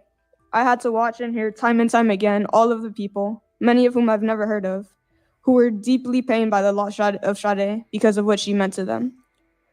Because of the way that she changed people's lives and generated happiness and erased people's bad days with her smile or her laugh or her hugs or her compliments or her taking things off of other people's plates regardless of how full her own was. I could not continue to be surrounded by people who hurt the same way I did, because of the huge impact she had on them regardless of the extent of their interactions. I could not be in places where I could easily be walked over because I no longer had her to advocate for me, as she always did when I had not yet found my own voice. I couldn't go back to a job where I could no longer be getting to spend time with her, whether it was through car rides, shifts together, or sleeping over at her apartment because she always wanted to take care of me. He made it to where I couldn't go to school without people giving me looks of pity or no longer knowing how to interact with me because neither them or I knew what to say, for there was nothing you could say for what he did. He made it to where I cannot ride my bike without random but kind strangers stopping me because they feel the need to pray for me and my family despite not knowing us. He made it to where I cannot trust anyone, not just emotionally, but I cannot meet any person without the fear that they're gonna harm or kill me. Because all my sister did was meet someone, and as a result, he ended her life. Jesus. He stole my ability to feel momentary happiness without feeling guilty for enjoying my life when I know Sade will never get to enjoy hers. He made it to where I cannot let myself stop doing things because I know that if I have time and space to think, I will break down and I will not be able to start again. Damn. He made me miss school and sports and a number of other things because I was searching for my sister's body that he unremorsefully hid from us, knowing that it would cause us extra pain. He made me feel extra anger for the fact that he could be so ruthless and relegate my sister, who took years to build up the confidence to feel like something, back to nothing. He makes me feel extra anger because he still shows no regret and sits here looking stupid without an ounce of guilt for what he did. I promise, it looks stupid as fuck. He stole my sanity because I will spend the rest of my life searching for answers that I'll never get about what he did to my sister and why he did it. Because even though he has no life ahead of him, he still refuses to tell us these answers, even though doing so no longer has any ability to hurt him. He stole my resolve when he and his lawyer sat here and tried to paint my sister as some dirty, irresponsible drug addict or dealer, which could not be further from the truth. Sick, they did that shit. A couple of months ago, one of Sade's old teachers gave me a letter that she wrote to me for a school assignment when she was 15. She talked about some of her hardships, and she had so many, which is why it is especially hard to know that as soon as her hard work allowed her to escape many of them, her life was stolen. Oh, God. She said that she wants to be my role model and show me that anything is possible, that she wants to guide me through everything and be my support system. She said that even 5 years ago, she wanted to inspire me to be as independent as she was, and that she hopes she inspires me to do what I want to do in life. She said that everything she does is for me, and she will do anything for me. Damn. Even in her 19 years, she was still incredibly hardworking, independent, kind, supportive, selfless, resilient, and special. She continues to inspire me for the fighter that she was, but he took the guide and support system and role model that she was going to be for the rest of my life. He stole my big sister that always protected me and nurtured me and put me first. And he robbed her of her ability to do that and feel accomplished because she knew she was setting me up for a life better than the one she was forced to struggle through. He made it to where I cannot read that letter that I should have always cherished and smiled about without crying, because now it is just a reminder of everything I no longer have. He made it to where I cannot speak about her without breaking down or think about her without shaking, to where I cannot even grasp or understand my emotions because they are so overwhelming that I have to be numb to them. He made it to where holidays are no longer a celebration, but a mourning. He robbed my future kids of the opportunity to have cousins and an aunt to love and support them. And I will never not be haunted and affected by all that he took from me, but what hurts 10 times more is all that he took from her. Sade deserves to be selfish and irresponsible. She was working from the time she was 14 because she did not have anyone she could comfortably rely on, and she felt the need to be self-sufficient. People only ever took from her. They took advantage of her because they knew how kind and generous of a person she was. As she grew, she began to stand up for herself, but she never stopped showing people grace, never let one or a few bad people ruin her open-mindedness and magnanimousness for everyone she met. As she became more comfortable after saving up hard-earned checks and tips for years and buying her own car and apartment without any help from anyone, she began to dream bigger. She was able to think about more than just getting by and develop career aspirations while remaining responsible and paying all her bills months in advance, and still affording to finally enjoy the little free time that she had. Whether it was saving up for big vacations where she could go meet new people and experience new cultures as a social butterfly that she was, or taking a little breather and going out on one of her rare nights off between being a full-time college student on top of working over 60 hours a week between 2 jobs. Wow. She had every right to, and no matter what picture anyone paints, she was always responsible when she did. Her independence was finally allowed, and she was finally beginning to be happy. He ended it as soon as it started. He made it so she went through 19 years of hardships and abuse, and then after working hard to escape it, had no life left to be able to enjoy it. What? No chance to learn from whatever normal minor mistake she made as any 19-year-old does. Oh my God. All she wanted was to be cared for and praised and appreciated, the way she had always done for everyone else. And he instead took her ability to do anything. She was the definition of a fighter, the definition of resilience. She never laid down or backed down, and to know that he took all her power away and stole her ability to fight for herself is the worst thing imaginable. Bastard.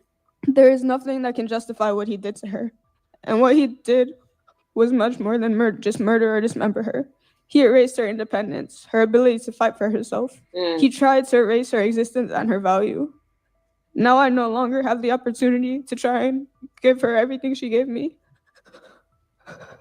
I cannot show her how proud of her I am or how much I looked up to her. But much worse than me, she can no longer make herself proud or make herself anything. And the only one who took that from her is the man sitting right there. Looking like a fool. I beg you to not... Sorry. Jeez, man. I beg you to not let this man have any type of parole. You heard his ex-girlfriend describe the psychological abuse and self-harm he tried to impose on her.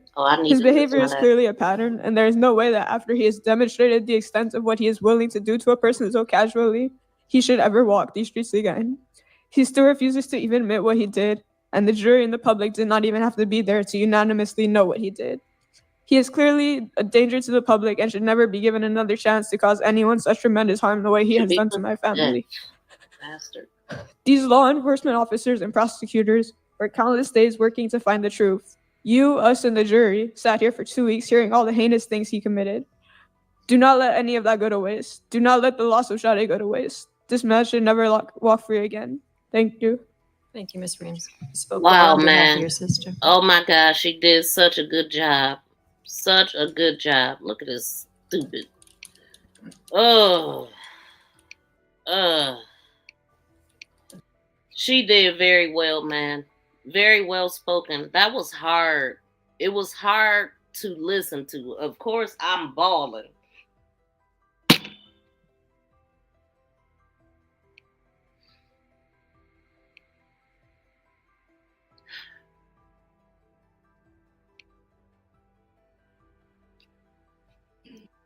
Sick ass. Learn forgiveness. But I can't get both of her legs, cut off one of her arms, Hold on. cut off one of her breasts. Wait, he did that right after the. Wait, let me see. Let me see something. Yes.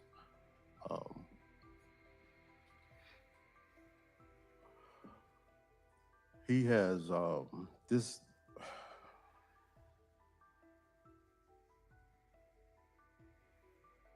My daughter had a lot of life left to live. We talked a lot about her future.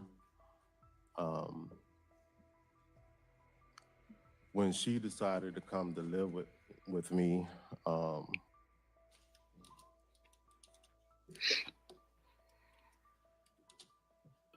My gosh. What happened? What?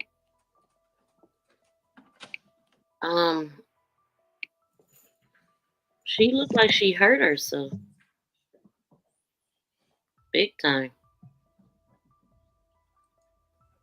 Oh, wow. I want to say, what the sister just read was so touching and it was so sad, and I couldn't help but hear some of the stuff she was saying. Like, it makes me wonder, about her and her mom's relationship based off of what she's saying. Then it makes me wonder about her and her dad's relationship based off of what he said, right? Because he said that she lived with him and she wasn't thinking about college or anything like that before living with him. And then she started doing that, and then the sister said something about her suffering abuse all her life, and she built up the confidence that she had. She had just built up all that confidence. She was just doing well for herself. She had just went to Jamaica, took all of those pictures and stuff like that, and then that happened to her. What the hell? Like, I didn't know none of that, of course, but let's see what her mom is saying. This is so hard, y'all. And I also want to say, man, yesterday was that. I'm gonna just play this.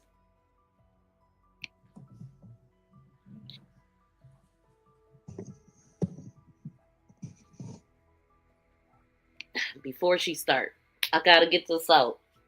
My cousin was murdered yesterday, 21 years ago. This shit don't never get easy, okay? And then tomorrow would have been her birthday. I just want that, but also when somebody cry, I'm gonna cry anyway. But I think that's why I'm extra sensitive today. Like, I start yesterday. I mean, this don't happen every year, right? Some years I don't think about it. Sometimes it just weighs on me. I think about it, but like I'll be like, what day is it? Or I'll see the date and I'll think, or she'll cross my mind and I'll see the date. But yeah. First off, Your Honor, I would like to start off with my name is Sheena Scarborough, SHEENA SCARBROUGH.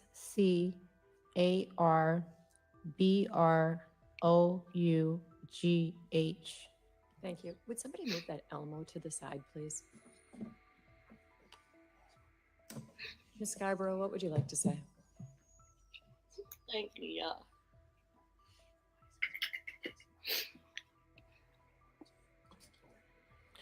I am the mother of Sade.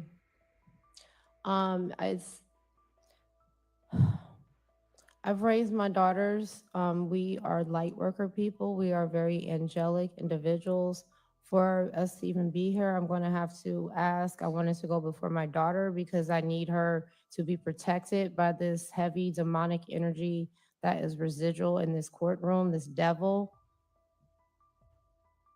and his entire demonic family in this courtroom. It's very heavy to where I can't even talk.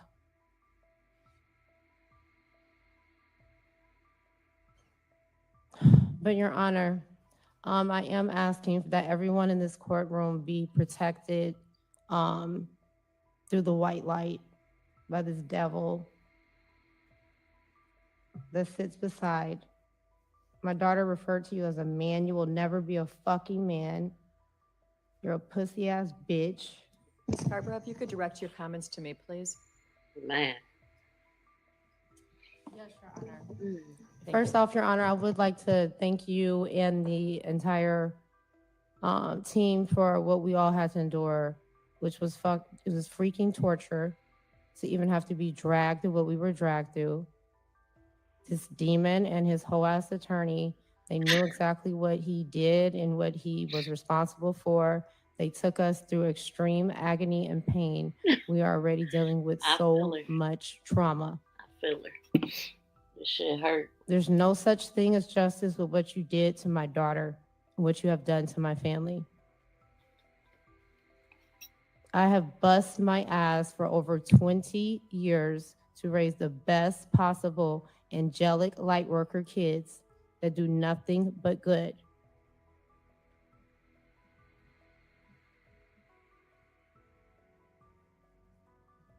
My daughter had to cross your demonic path. You plotted and planned to kill, dismember, then you disrespectfully spread my daughter across the Milwaukee like a piece of trash. How dare you? My daughter was everything. She was everything to all of us. As my baby explained, she had a different impact in each and every one of our lives. There's so many strangers and individuals in the community that I have engaged and met that she has touched and impacted. This has affected the world, the community in such extreme ways. There's no way in hell we should have even ever went through this freaking trial that you drug us through. You knew you were guilty. You're negligent, mammy and pappy, them demons. I'll deal with them later. But I want you to know that you can no longer hurt my baby. She's in heaven. She's protected.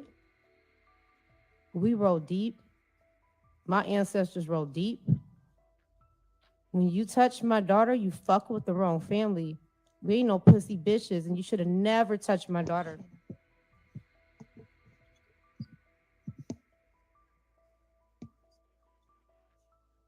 My daughter helped everyone. She fed homeless. She worked 2 jobs. Everything Adriana said. The community knows who my daughter was. Yep, Natalie. Everybody knows who my daughter was. How dare y'all even pull that whole shit about that meth? You will not drag my daughter's name Right, down. that was Trying to crazy. plot and set up stuff. You gonna carry my daughter's name the correct way in her legacy. That's crazy, man.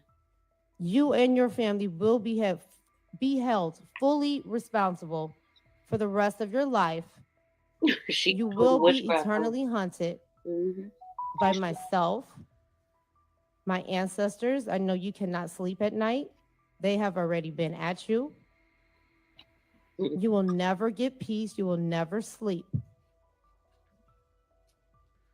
You no longer can harm and hurt my innocent baby. You took advantage of her. You manipulated her in the worst possible way. You're a coward. My daughter is a hero. My daughter is a hero. She has saved so many other women from this demonic serial killer that there's no telling how many more people that he has killed. Right. I don't believe this is first. If you had any type of decency, but you are a devil.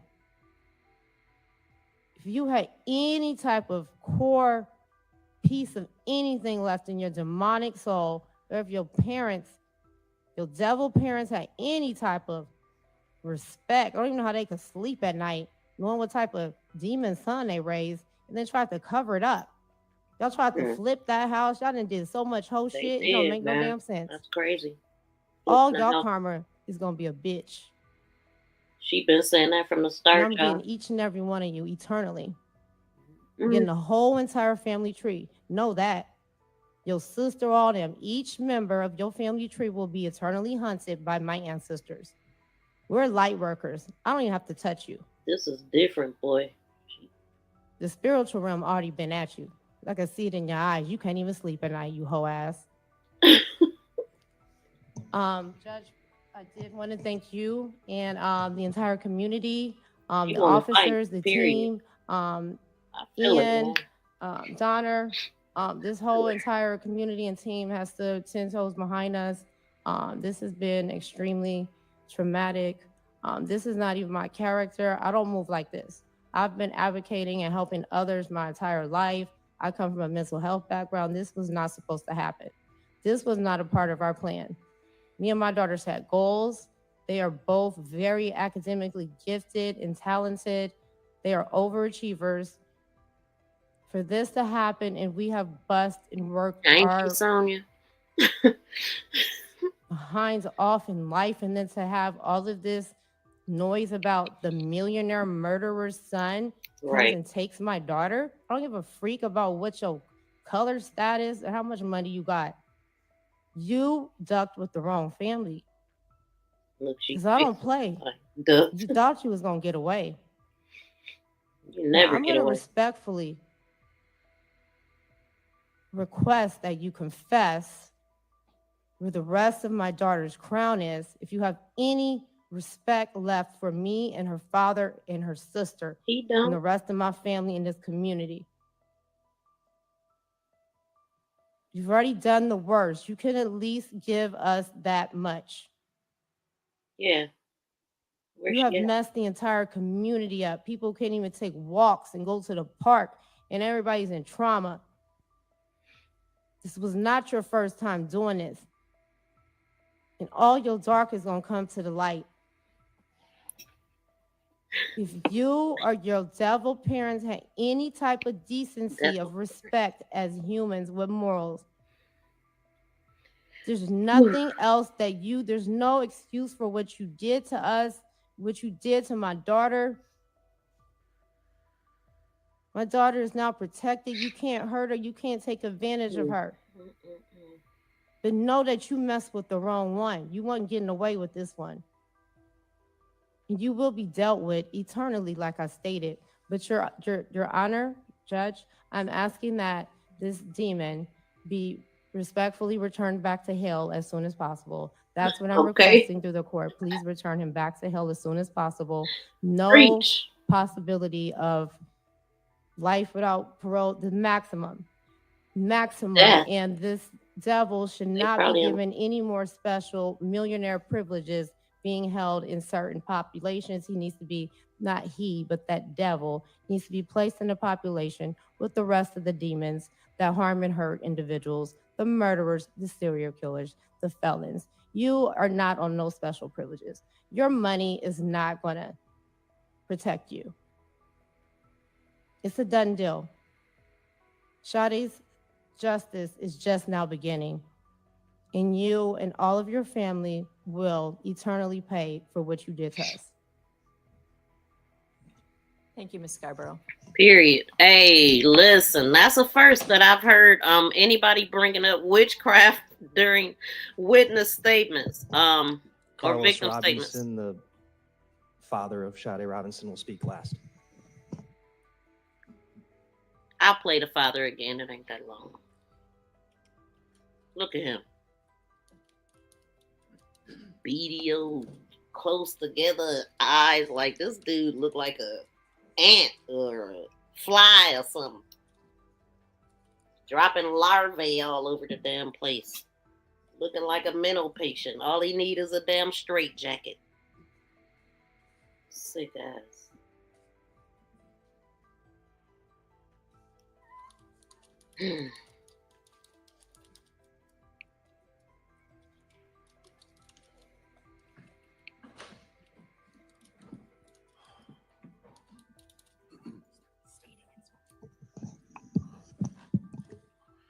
My name is Carlos Robinson.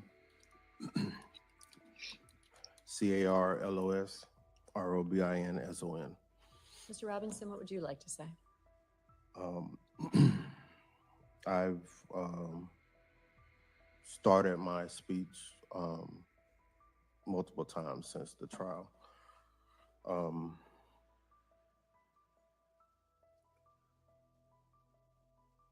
My daughter was an amazing person.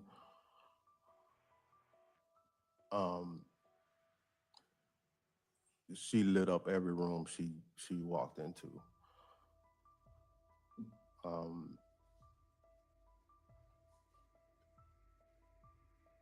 She changed my life from her birth, literally changed my life. She gave me a reason to think more of make me realize life is bigger than myself. We had an unbreakable bond, me and her. Talking to her was like talking to myself a lot of times. I used to tell her she was the innocent part of me.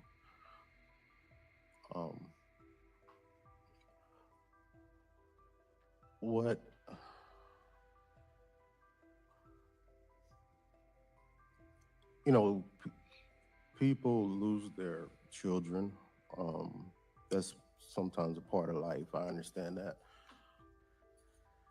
But to lose your child in this manner is unthinkable.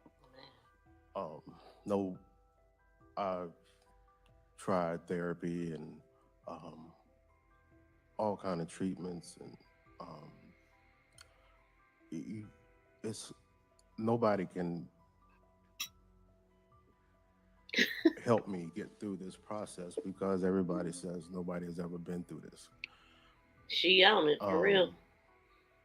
What he has done is inconceivable. And to know that there's a chance I might not even have her completely to be able to put her at peace brings me night terrors. And, love you too, BFF. Constant mental chaos.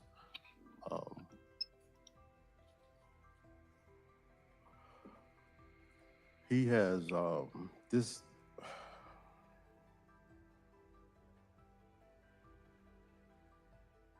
My daughter had a lot of life left to live.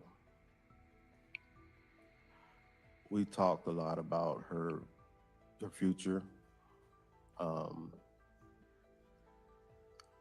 When she decided to come to live with me, and I got custody of her, I started to take her to colleges and things like that. And because before then she had no goals to go to college or anything like that. So I took her to like Howard University, FGCU, and she got the experience, and she started to change her perception of her goals and what she wanted to be and what she wanted to do.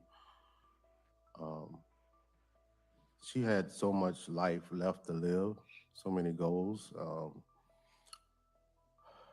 that was taken from her. And to me, it's not just that she's not here, it's the way that she's not here. I can't wrap my mind around it. Somebody that does something like this doesn't even deserve. I think death is a way out. You deserve what you get. He deserves the punishment that he gave to my daughter. Everything that he did should be done to him. That's how I feel. To me, that's justice. I don't feel like he has a right to walk around and breathe air, eat breakfast, brush his teeth. He doesn't have that right. The moment he done what he did, he lost that. Any basic human rights. No man should be able to live doing what he did. That's just how I feel. And I try to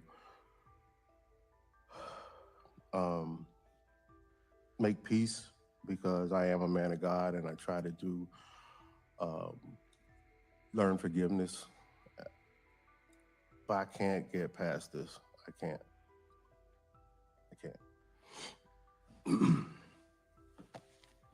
Thank you, Sade. Okay, so I wanted to play them together. That's the second time we listened to the dad. What do y'all think so far?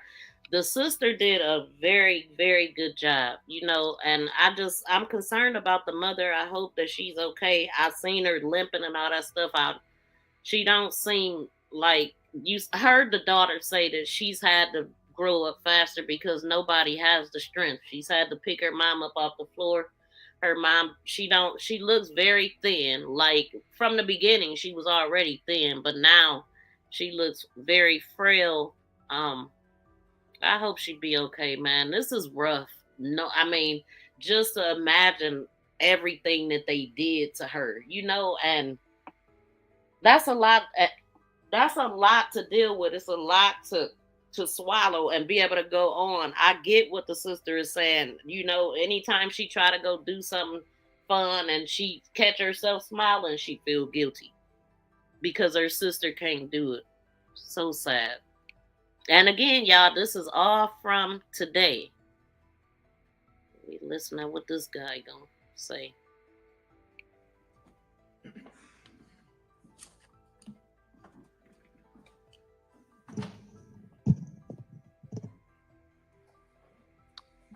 Your Honor, as the court is aware, there's three overarching things that the court must consider when sentencing an individual.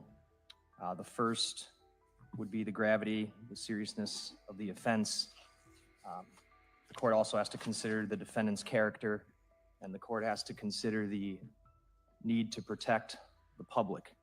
The defendant was found guilty of 3 crimes. Count 1 carries with it a mandatory sentence of life imprisonment. The only consideration as it comes to count 1 is whether or not the court makes Mr. Anderson eligible for extended supervision at some point after serving 20 years of initial confinement. The state's request and recommendation of the court today is to impose life imprisonment and not make the defendant eligible for extended supervision as it goes to count 1. As to count 2 and count 3, the state would be recommending the court impose the maximum sentences and run those consecutive to one another and consecutive to the life sentence on count 1.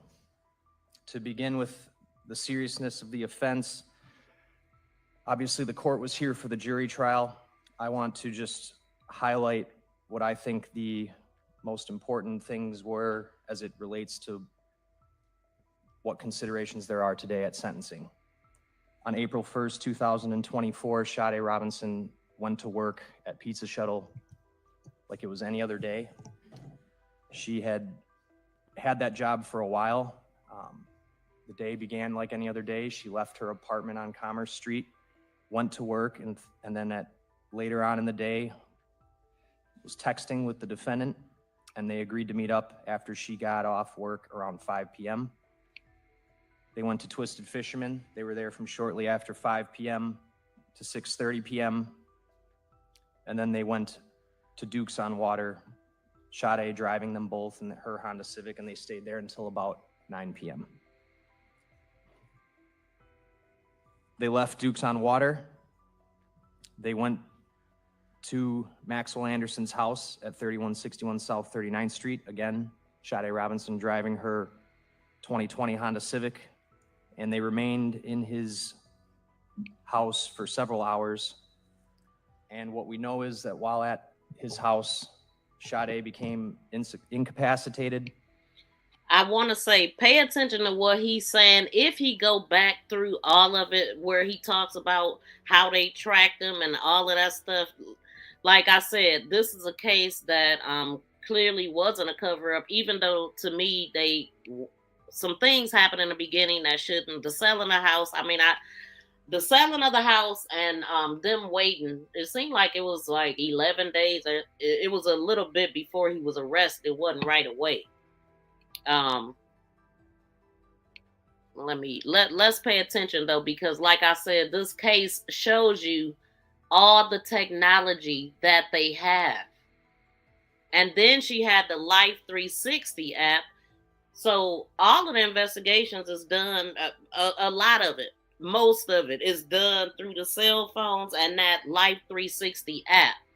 But in this case, I've heard so much about cameras and footage, and like more than any other case that I've recalled listening to. She was grabbed, groped, had her clothing removed until she was removed from his house around 12:45 a.m. going into April 2nd. She was taken from the defendant's house by the defendant in her own car and driven around the county. And the defendant chose to ultimately go to what was his secret beach at Warnemont Park and dispose of Sade Robinson in the early morning hours of April 2nd. He took her body down to the shores of Lake Michigan. He cut her up into pieces. Triggers. And disposed of her in the lake, mostly in the lake. And then he took her car, left Warnemont Park, drove to the north side of Milwaukee, set her car on fire on 30th and Lisbon. In the course of doing that, in the course of disposing of her vehicle, he also discarded her left leg in the 31st and Galena playground, just a couple blocks away from where he set her car on fire. He calmly walked away and walked to a bus stop and returned home by a Milwaukee County Transit bus, and then went about his life as if nothing happened. He went to work that day at Dugout 54. Wow. Later that night, April 2nd, Sade's right leg was found on the shores of Lake Michigan at Warnemont Park. And shortly after that, on the night of April 2nd, she was reported missing to police. For the next several days, as her family and friends wondered where she was, there were searches underway, and additional remains of hers were then recovered at the 31st and Galena Playground. The police investigation allowed them to learn that the defendant was the last person she was with, the last person she communicated with, and he was ultimately arrested on April 4th. Days later, her torso was found badly decomposed, washed ashore in South Milwaukee. He had cut off both of her legs, cut off one of her arms, cut off one of her breasts, and cut off her head. Her head has never been recovered. It's in the water, I believe. As you can tell from what you've read in the letters and heard today, Sade was a completely innocent victim. She died alone in an unfamiliar place. Her last moments had to have been terrifying. And then after being killed, she was disgraced in the worst way imaginable, having her body cut into pieces, having her head cut off by the defendant who tried to make her disappear from the world. So when the court is looking at the seriousness of what Maxwell Anderson did, you have to consider who Sade was. She was a 19-year-old young woman, totally innocent. And as you've learned through the statements today, the PSI, hearing her friends and family testify, she was just getting into adulthood. She had just gotten that apartment on North Commerce. She had just bought that 2020 Honda Civic. It was a point of pride for her. It was sort of, it was a marker of adulthood, a marker of independence. She was ambitious. She had dreams. She wanted to succeed. She wanted to be productive. She went to school. She worked 2 jobs. And as you know, she was adored and loved by everybody, by all of those around her, her coworkers, her family, her friends, everybody. This is the most heinous crime this court will see. It doesn't get more serious than this, and it shows that the defendant has a depraved heart, and he has demonstrated a total lack of remorse, lack of accountability, and the gravity of this offense supports never letting him out of prison. When considering the defendant's character,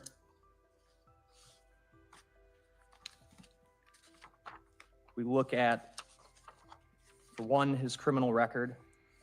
He has 6 prior criminal convictions. They are outlined in the pre-sentence report, and I think it's worth going through some of those, all of those, and the other conduct that's described in that report to get an idea of his character, and then to look at how that behavior was reflected in what he did to Sade.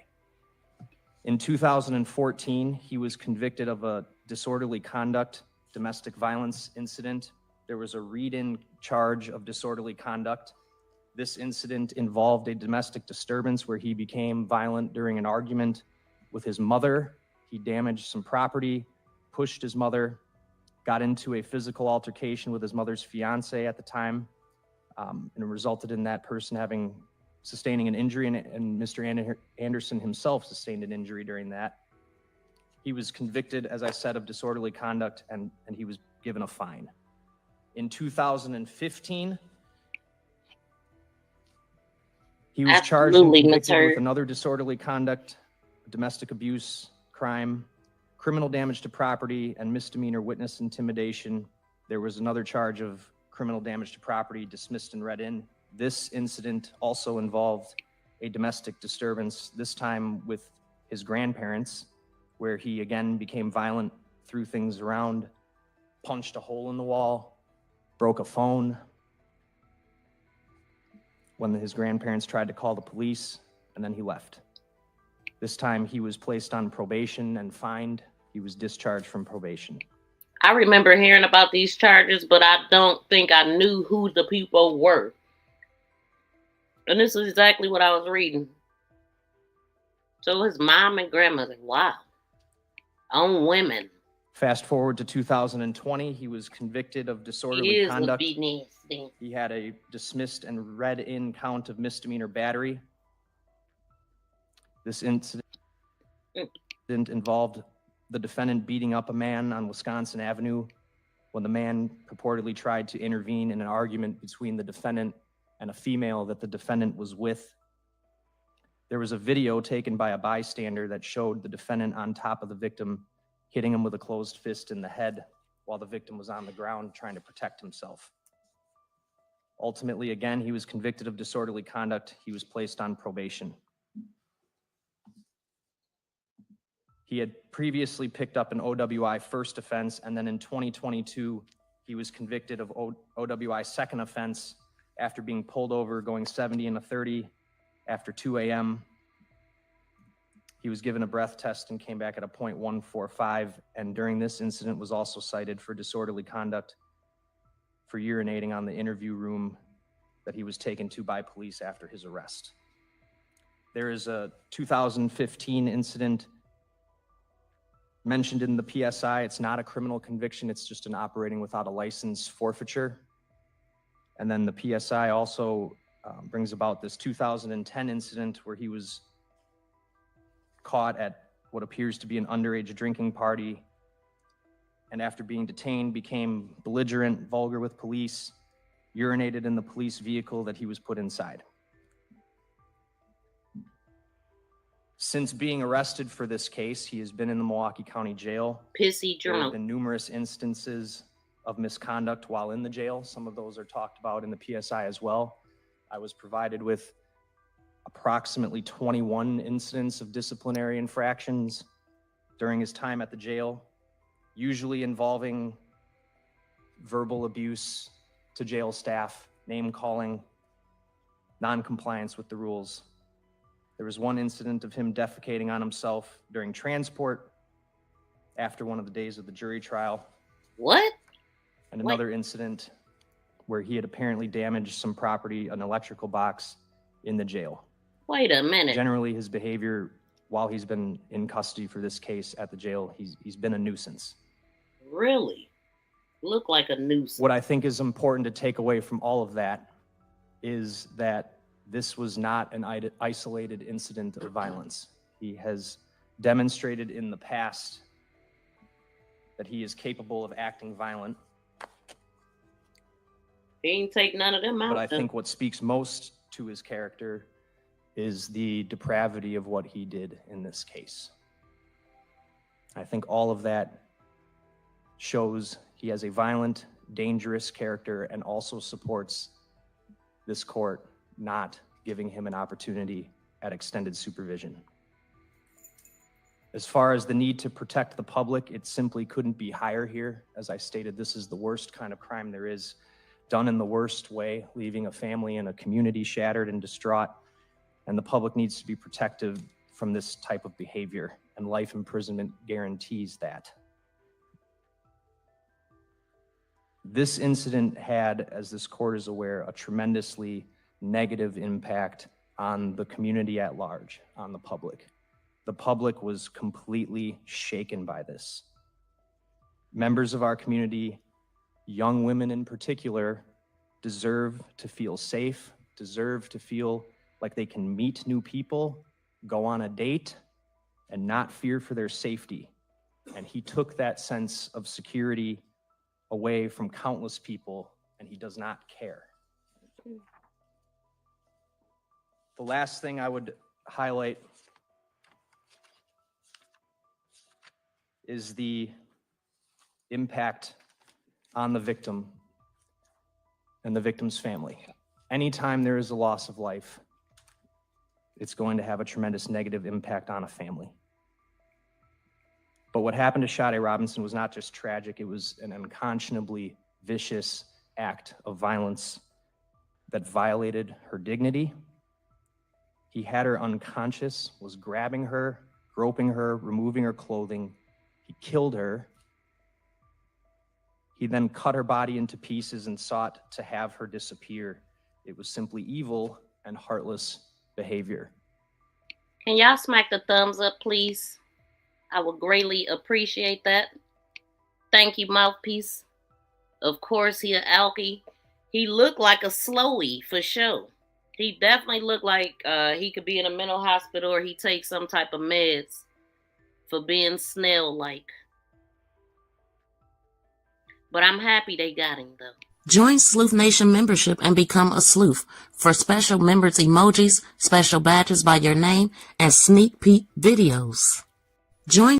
What's up, sleuths? Please be sure to visit the community daily. YouTube is now asking what's on your mind. The community is now a place that we can have ongoing conversations and is similar to Facebook. You as a subscriber can tap into any conversation on the community. Here you will find a variety of things, even things that's not related to crime. I'm looking forward to getting to know all of you. Please subscribe and press that notification bell and thumbs up. Thank you for sharing. Thank you for sharing. Thank you for sharing. For sharing. For sharing. For sharing. Thank you for. I don't want nobody fucking with me in these streets. Hit the thumbs up, y'all. I don't want nobody fucking with me in these streets. I don't want nobody fucking with me in these streets. Cause ain't nobody got time for that.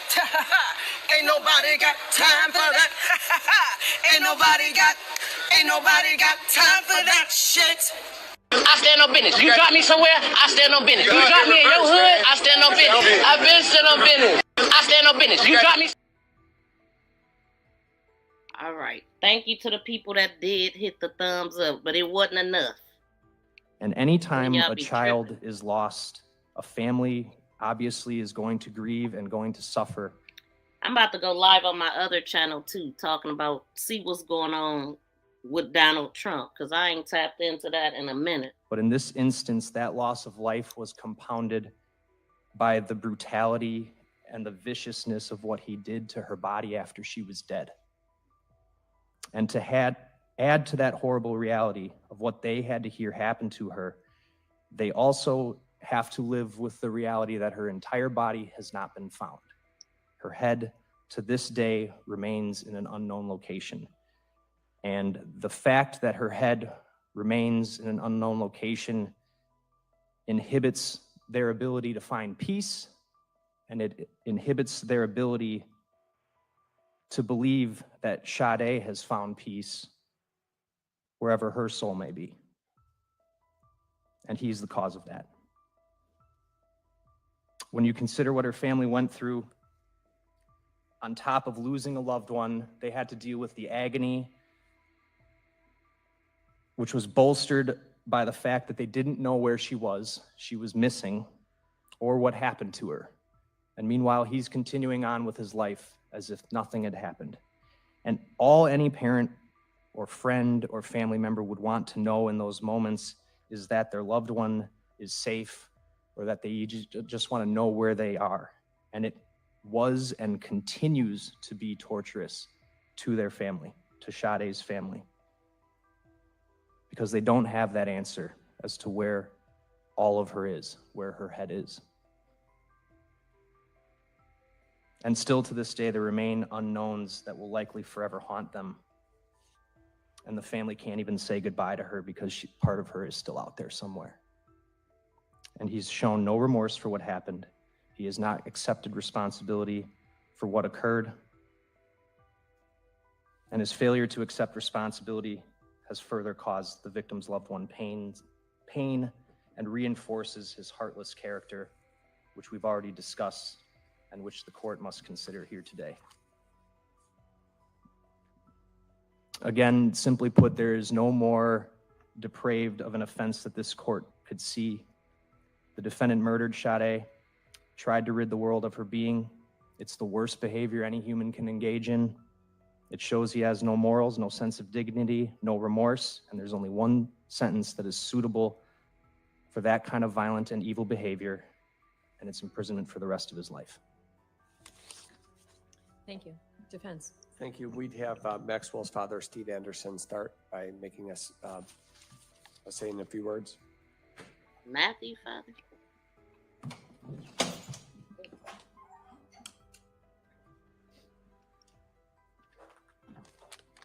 Sir, please start by stating your first and last name, spelling both for the record. Stephen Anderson. STEVENANDERSON. What would you like to say, sir? Thank you for this opportunity. On behalf of myself and my family, I'd like to say a few things. First, to Sade's family, there are no words that I can share that will reduce your pain. You are all in my thoughts every single day. Although it is not the same, having lost a boy that was like a son to me 10 years ago, I have some sense of what you are feeling. Was he chopped? It took me a very long time to get past the pain that I felt for the person that contributed to his passing. I'm not asking you to forgive anybody or anything. That is between you and your God. To the court, in particular, to Deputy Allen, to Judge Crivello, thank you for your compassion and all of your professionalism. To Max,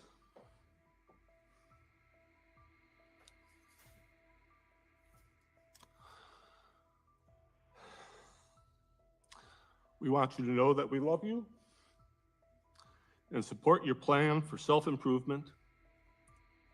In this, we hope for a path for you to become a positive influence for society, both while you are incarcerated and hopefully after. Thank you. Thank you.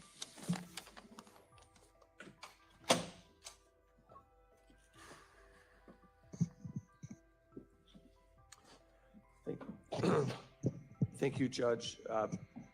As you noted at the beginning, we filed much of our remarks in writing so that the court would have a clear picture of what we were asking for in this case. I know that there's no way to put a number sometimes on What the y'all think loss about of the life. death? It's a very hard task that the court has whenever being in homicide court, you're confronted with homicide cases Please, on a Max, fairly thumbs regular up. basis. And by putting a number of 25 years of parole eligibility, we do not make any claim that we know the magic number. He should never be eligible. What I would observe is, in terms of that recommendation, is this. When you set, first of all, the sentence in this case is a mandatory life sentence. The jury convicted him. That's required. One way or the other, whether he's granted the opportunity to be, and I use the word parole, obviously we understand that it means extended supervision. It's often used interchangeably, but we're referring to some future hope that Mr. Anderson would have the opportunity to be released from custody. And the point of that is that he will be supervised by the Department of Corrections.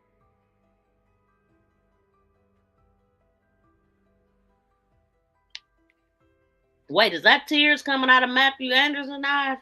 I remember hearing something about him crying, but that was prior to this, because this happened today.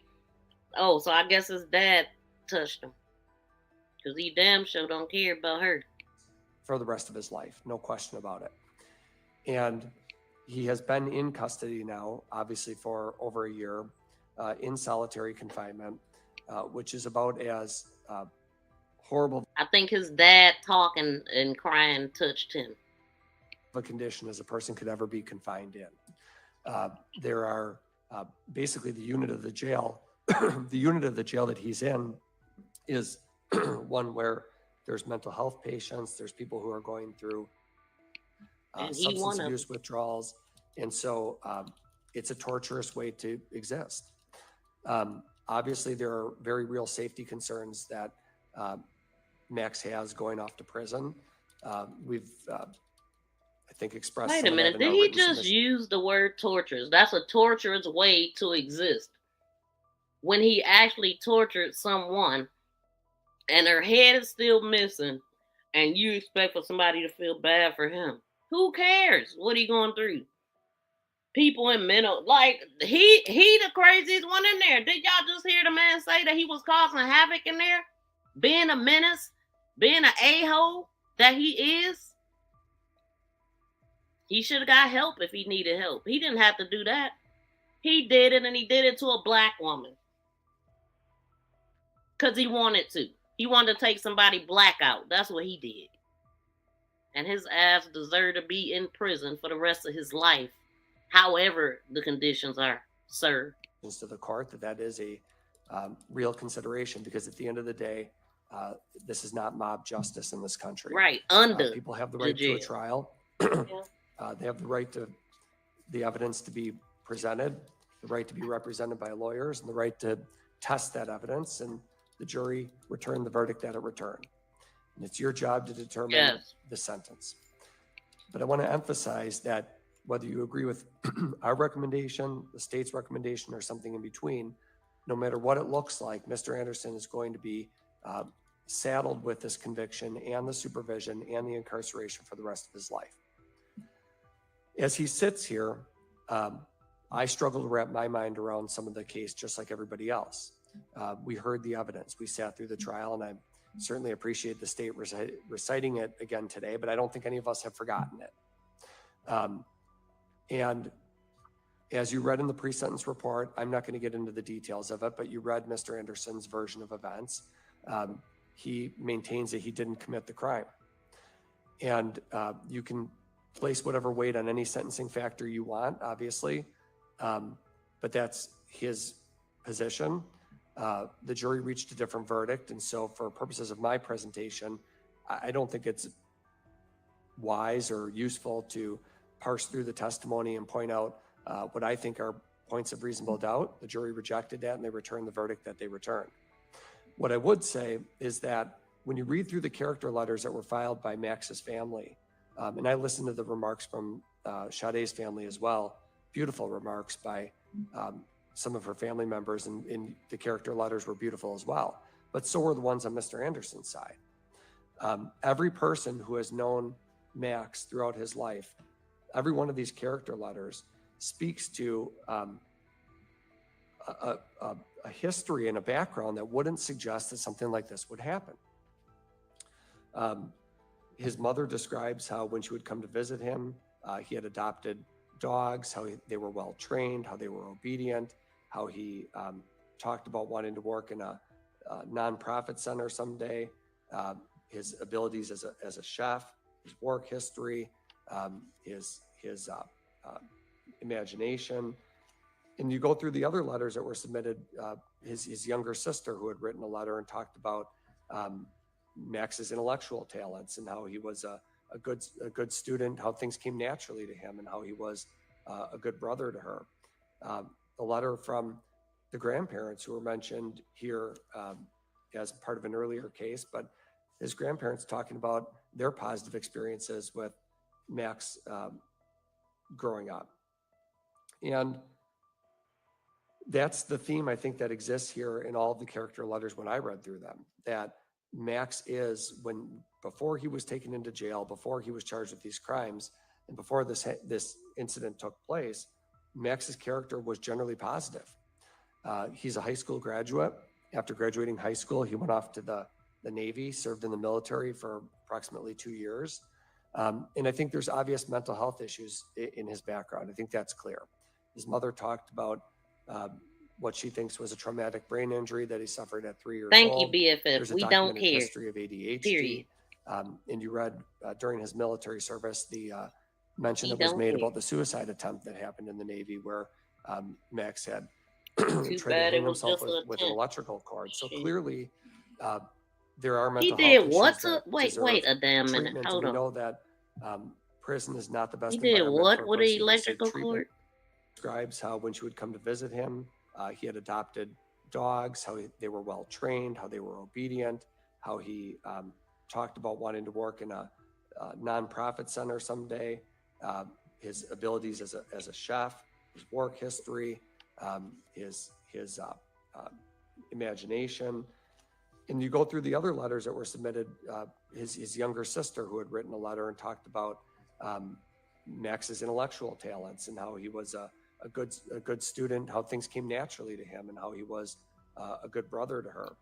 The letter from the grandparents who were mentioned here as part of an earlier case, but his grandparents talking about their positive experiences with Max growing up.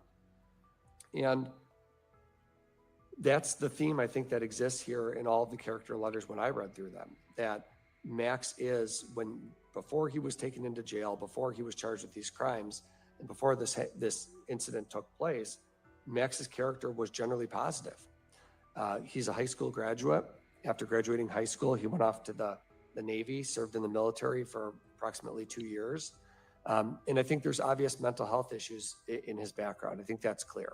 His mother talked about what she thinks was a traumatic brain injury that he suffered at 3 years old. There's a documented history of ADHD. And you read during his military service the mention that was made about the suicide attempt that happened in the Navy, where Max had tried to hang himself with an electrical cord. So clearly, Yeah, come on. You in the Navy doing that? He wasn't built for that. Like her mom said, a B. That's what he is. Period. He couldn't handle it. And if he needed help mentally, he should have got it. At this point, don't nobody care about nothing that he going through. Look what he did. We still don't know where her head at. Who cares, sir? There are mental health issues that deserve treatment, and we know that prison is not the best environment for a person to receive treatment for their mental health issues and their AODA needs. I disagree with the state that there's a long history of violence by Mr. Anderson. I think there are some isolated criminal convictions, but all those criminal convictions are misdemeanors. He has no felonies. And they should have been felonies. He was getting slaps on the wrist. Look what he did. Disorderly conduct variation. Even the one that the state mentioned about the incident on Wisconsin Avenue that was prosecuted here in Milwaukee, that was settled for disorderly conduct with probation. The incident with his mother, fine only, disorderly conduct. So that is not a significant prior record. And I think that differentiates Max. When you do something to your mother of any magnitude involving hitting your mother, pushing your mother or anything, you are very violent. You'll do something to anybody. If you don't respect your parents, especially your mother, you will do anything to anybody. And he displayed that by what he did to her. From a lot of other people that come in front of this court, you do see people often in homicide court with gang ties, long histories of gun violence, long history of juvenile misbehavior, and you don't have any of that here. You have misdemeanors.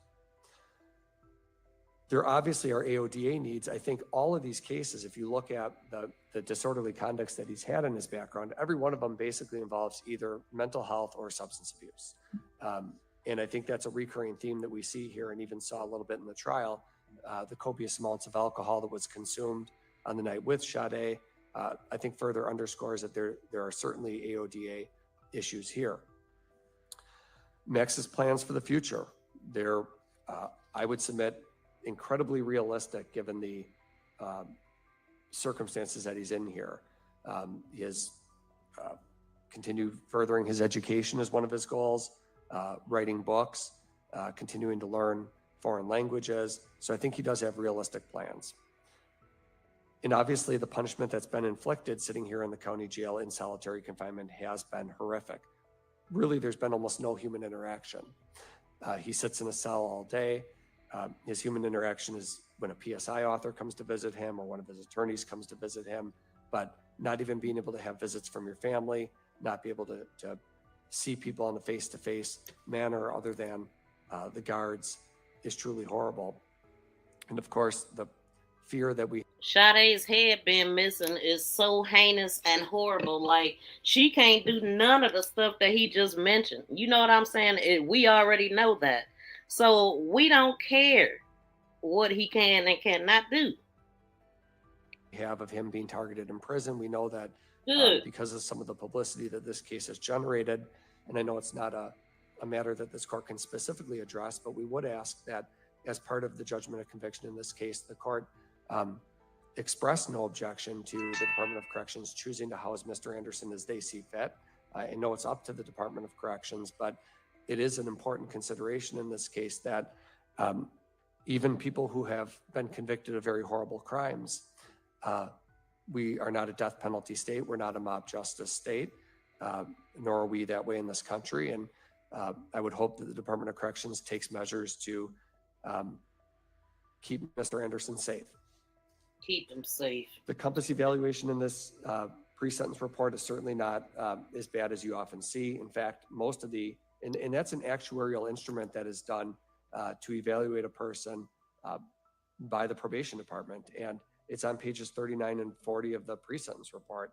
He is rated unlikely in numerous categories of having issues with society and routines, unlikely to have any leisure or recreation issues, unlikely to have thinking and attitude problems, unlikely to have negative personality traits, even unlikely to have anger issues. And so that's those are the actuarial tools that you've asked the Department of Corrections to use by drafting this report. They come back and conclude that these are not significant issues that need to be addressed at some point. There's not a socialization problem. There's not an educational problem. And we know that from his background. You learned a lot about Mr. Anderson during this trial. He has a long work history. He's been basically a pro-social person since he went off to the Navy.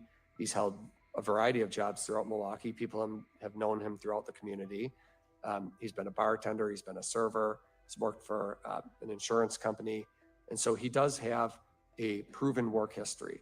He was also a homeowner. He was maintaining a stable residence. He was maintaining his financial obligations. And so he's not the kind of person who comes to court with such hopelessness in terms of their ability to function in society that I think we should give the life sentence for. So my recommendation, as I indicate, is for parole eligibility at 25 years. That doesn't mean he gets released at that point. All that means is that at some future date, 25 years, when he has matured and grown, that a parole board will be able to evaluate his situation and decide whether or not he should have the opportunity to be released. That's all that means. Doesn't mean he gets out at that point. He may not even get out at 30 or 35 or 40. It would be entirely up to that agency to look at his growth and his behavior in prison. What has he done? What has he accomplished? And if they conclude that would be appropriate, he murdered somebody. That's all he did all his life. Committed to play a role in that process. Nothing else matters. And It really they would don't. be able to decide whether or not to release him. We're asking you for that mercy today and that opportunity for some future. Mercy, the words he's using. Why should he get mercy, sir?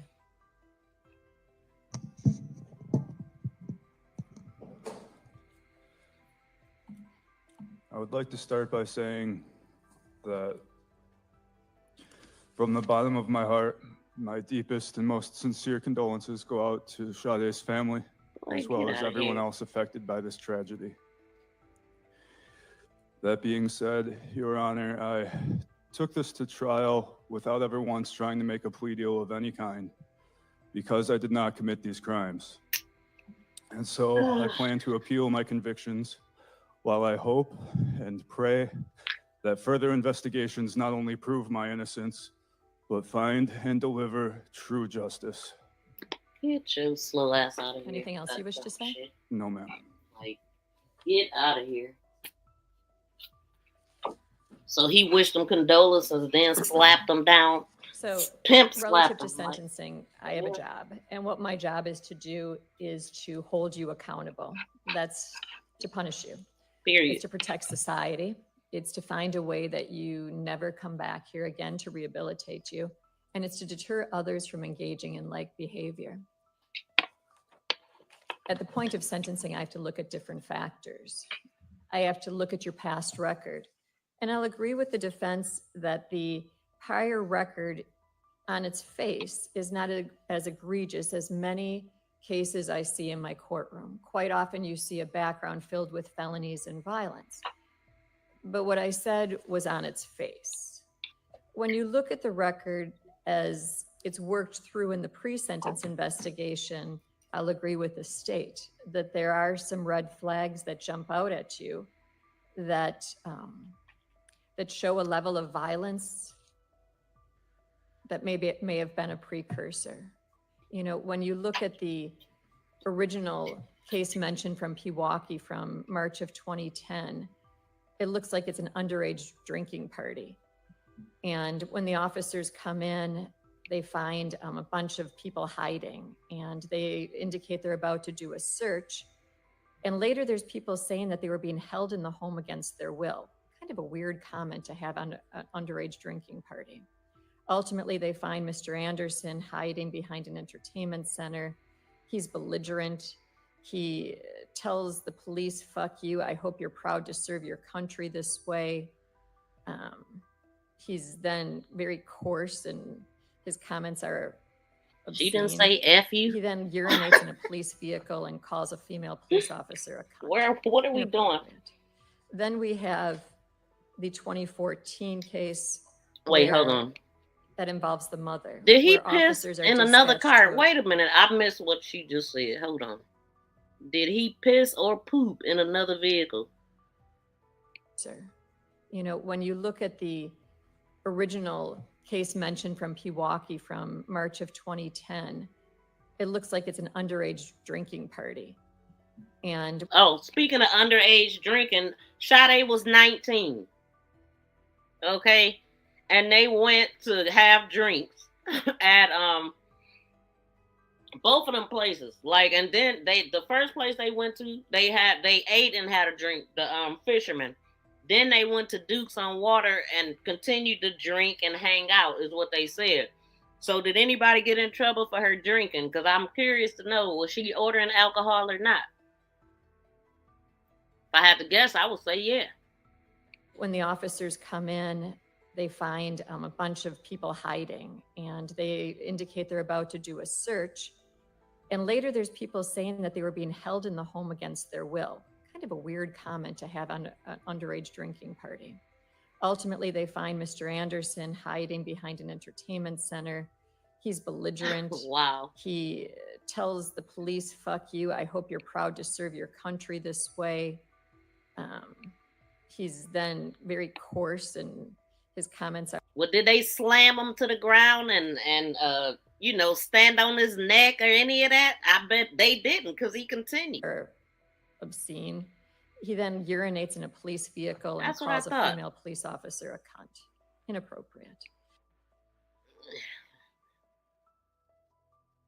Now, I don't know if this is the third time he done pissed or if she going back over what the man said already. Then we have the 2014 case where that involves the mother, where officers are dispatched to a Jumping on your own location. mother.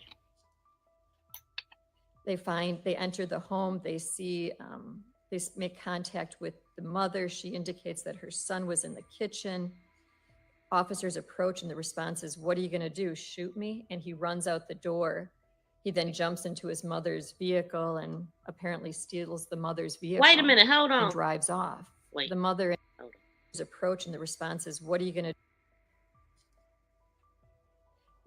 They enter the home, they see, they make contact. Inappropriate. Then we have the 2014 case where that involves the mother, where officers are dispatched to a location. Okay, that's the part I wanted to hear. So officers was dispatched to a location, and he was able to jump in the car and do what? Like what? Hold on. Did he flee when the officers came? Is that what she said? They enter the home, they see, they make contact with the mother. She indicates that her son was in the kitchen. Officers approach and the response is, "What are you going to do? Shoot me?" And he runs out the door. He then jumps into his mother's vehicle and apparently steals the mother's vehicle. Still drives off.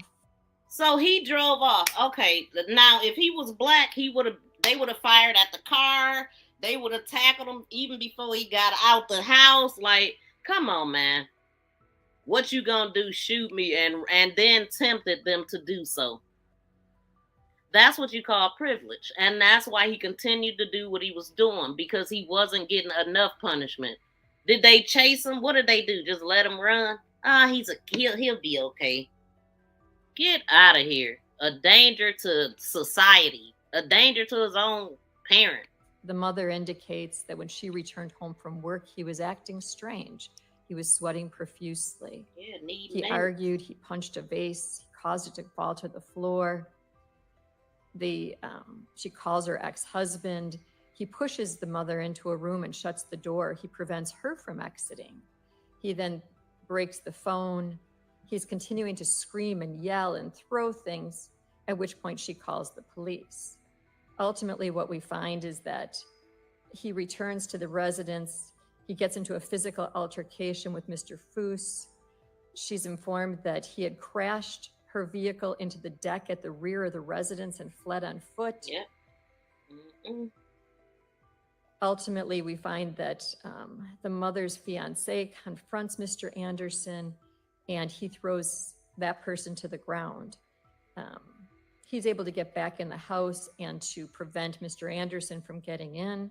He suffered 3 to 4 broken ribs as a result of the altercation. Ultimately, they have to meet with Mr. Anderson at the hospital because it appears he suffered a broken collarbone. He's convicted ultimately of disorderly conduct because he says Mr. Foos pushed him down the stairs as he tried to gather his belongings.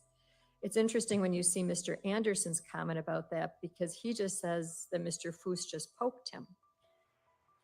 Sounds like a bit of a discrepancy there.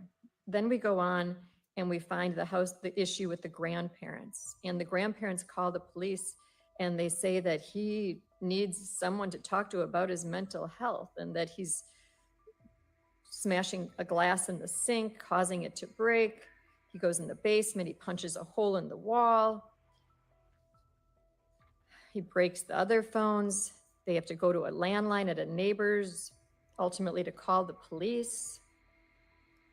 It just sounds like he is to some extent out of control. He's ultimately on probation. He's given conditions of no drinking. He's given conditions of having anger management counseling. He tells the agent other people probably deserve to do anger management. I don't. He then goes on and tests positive repeatedly. To look at his explanations are ridiculous. At one point, he claims that he accidentally grabbed someone else's Red Bull that had liquor in it. But going through the repeated indication, it sounds like Mr. Anderson's the guy that does what he wants, when he wants, and he follows his own rules, not the rules imposed on him. And that's a frightening thing. You know, I read through the defendant's version of what happened. And it starts off by indicating that he was skeptical to meet with the pre-sentence investigator because he did not receive a fair trial. And there's no reason to believe that this writer's report would be fair or impartial. You know, speaking about the trial, you know, there's a constitutional right to a trial. Every person charged with a crime has a constitutional right to a trial. And we do not in any way penalize anyone for going to trial. It's also a constitutional right to be represented by counsel. And Attorney Cotton did his job, which is just his job to represent Mr. Anderson. That's under our Constitution, the rights that exist. Now, you get credit for taking responsibility. You get credit for resolving a case early. You get credit for stepping forward and saying, what I did was wrong. Because usually this first step in rehabilitation is taking of responsibility. And we didn't have that here. That's why it's important to read what his version is. So you heard him say today that he didn't commit this crime. What he said about the offense was that they met for food and drinks and they proceeded to his apartment. And that's pretty much all there is to say, he said. He offered no other information as to what transpired that night. He later said that he regretted he did not walk Miss Robinson to her vehicle when she left his apartment, and he believed it was at that point she was abducted by an unknown assailant, quote, either from the alley or from my backyard, unquote. When asked how he accounted for his presence in the area where Miss Robinson's vehicle was set on fire, Mr. Anderson said that he was set up. He stated he was in the area to buy marijuana, and quote, and all it would have taken was for someone to know where I lived and where I'd be in the morning, unquote. He would not tell the writer when or how he made the arrangements to purchase the marijuana, and then instead stated, quote, I plead the fifth. He then went on to point to things that he claimed were egregious errors at the trial. He claimed that there was a video that showed the photos on the phone and that the state only played stills of the video. That wasn't the evidence at trial. Am I correct? Yes. He claims that the still photo that showed his hand grasping Miss Robinson's breast was part of a video, and it was only a still that was shown. Incorrect, correct? You're correct. Okay. He indicated that at trial it was flaunted, the difference in age. And when I read that, I was somewhat shocked because I didn't really find that that was pointed out at all during trial. I mean, it was mentioned how old she was, but other than that, I didn't think that that was in any way an issue, and it barely even made it into my notes. So I thought my point is, I thought it was interesting how his view of reality seems different from what I find truly transpired. And I found it at numerous points during the pre-sentence investigation. You know, looking through this pre-sentence investigation, his viewpoints were very inconsistent with the reality. You know, I think the first issue relative to the mother's fiance, that was credibility. You know, it sounds like he lied to law enforcement. You know, he's asked, have you ever been involved in mental health treatment? Have you ever been in a mental health facility? Have you ever received treatment? He responds in the negative, but then we have the mother indicating that he was in an outpatient at Rogers. He indicates that he never made a suicidal attempt or had an ideology of Sade. But then we read about in the Navy how he was dismissed from the Navy due to a medical release, which appears to be related to the suicidal attempt and trying to hang himself. You have him saying about school, I did okay, but then you look at the history of how he did in school and his grades were pretty abysmal. And just odd things, like he talks about how he purchased the home himself for $160,000, but the mother says, no, I told the dad to buy him the home. It just seems like he has a different view of reality than the rest of the world does. So when I look at the criminal history, which I'm bound to do, it reflects low-level misdemeanors, but the facts underlying those low-level misdemeanors are replete with points that raise your concern. I next have to look at whether he has a history of undesirable behavior, and I think I've charted through what basically I found in the pre-sentence investigation. As to his personality, character, and social traits, it appears that he has had employment. That's a positive. It looks like he jumps between bartending jobs at numerous facilities. But who is a person who would do this crime? You know, what's the character underlying that? How can someone get to a point of inflicting such damage on a person, not only killing the person, but then dismembering And then after that, discarding the body throughout the community. It's unconscionable, is where it comes down to. I did read the letters that were supplied on behalf of Mr. Anderson, and I do agree. They paint a picture of a man who helped his family when in need, who cared for animals, who went out of his way to love and support his family. But they love him, and that's clear. And that weighs on his behalf. You know, the fact that there are people out there that care and love him, that says something good. You know, quite often we do trials or we go to sentencing and there's no one here on the behalf of a defendant, which is really tragic and sad. So it says something good that a family does still care about him. I have reviewed the pre-sentence and I've taken into consideration what's stated therein.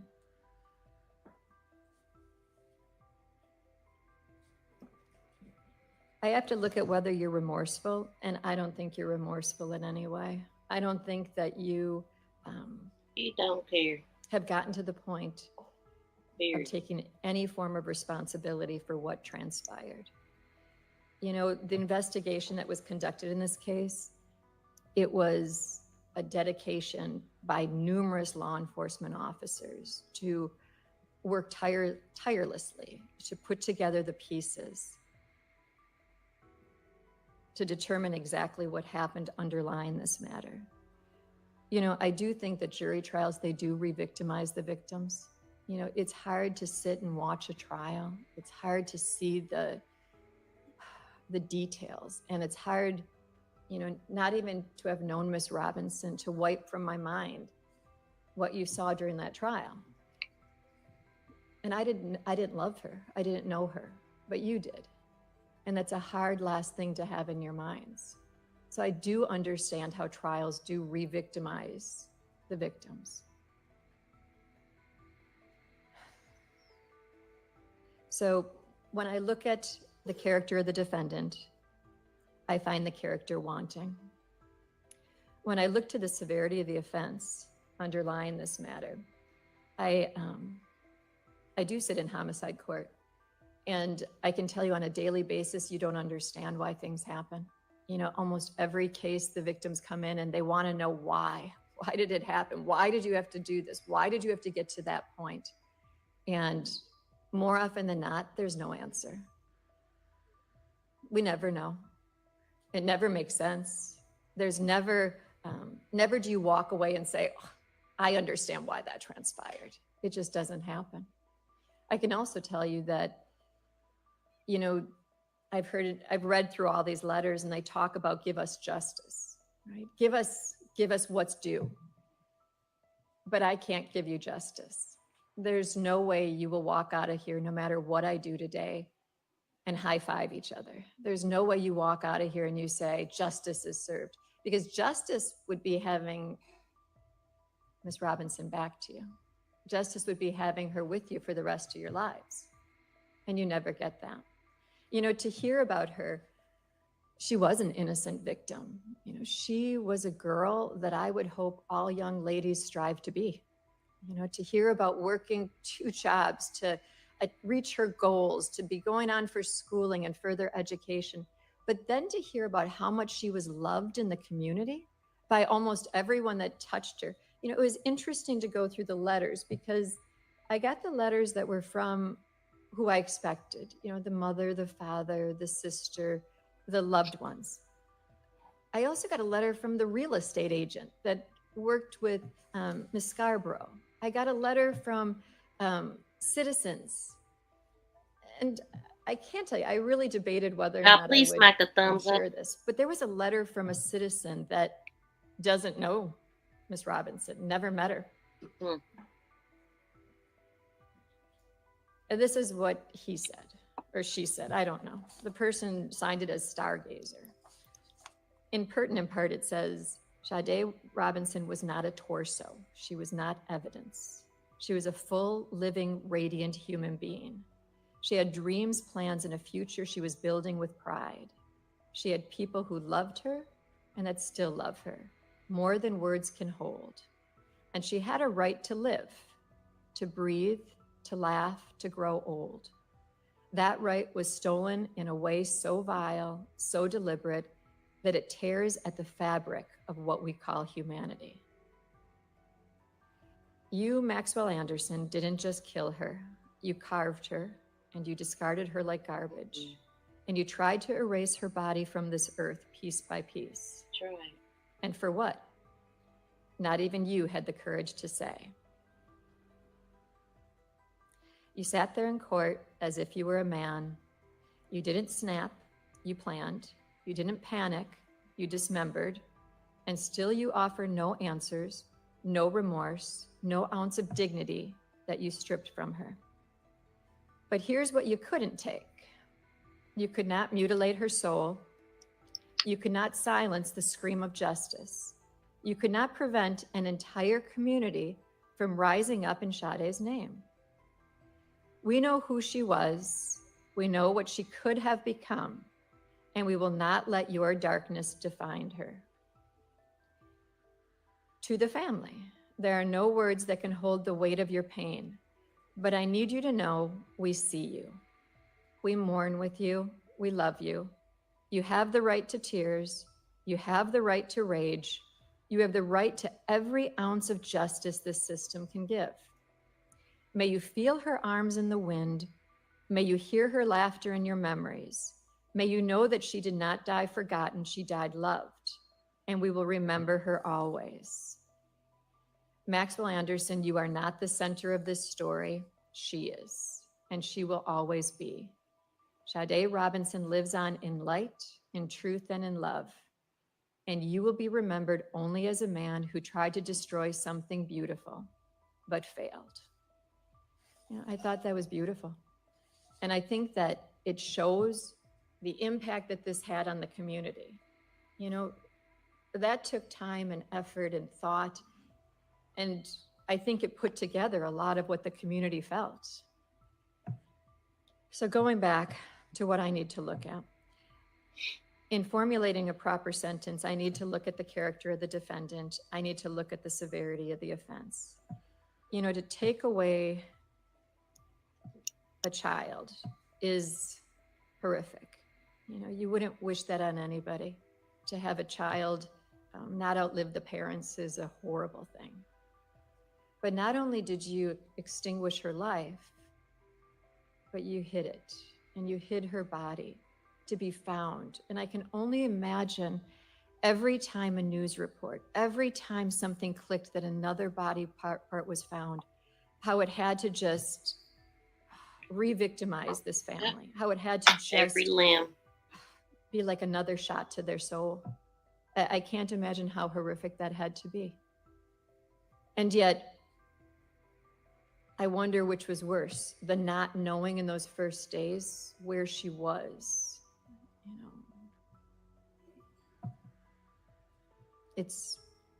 I can't even think of a word, horrific.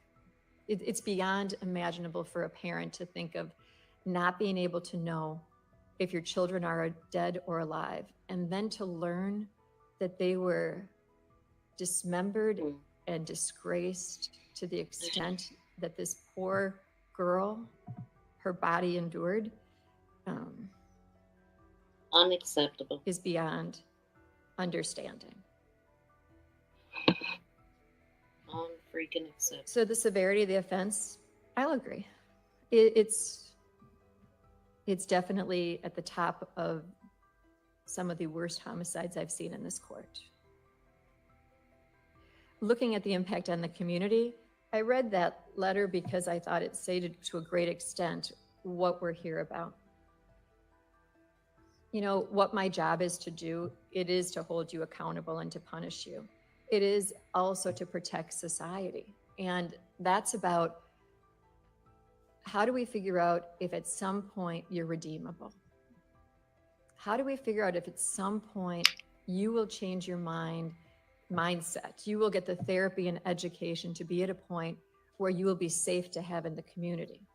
Now, part of that goes into the fact that you don't take responsibility.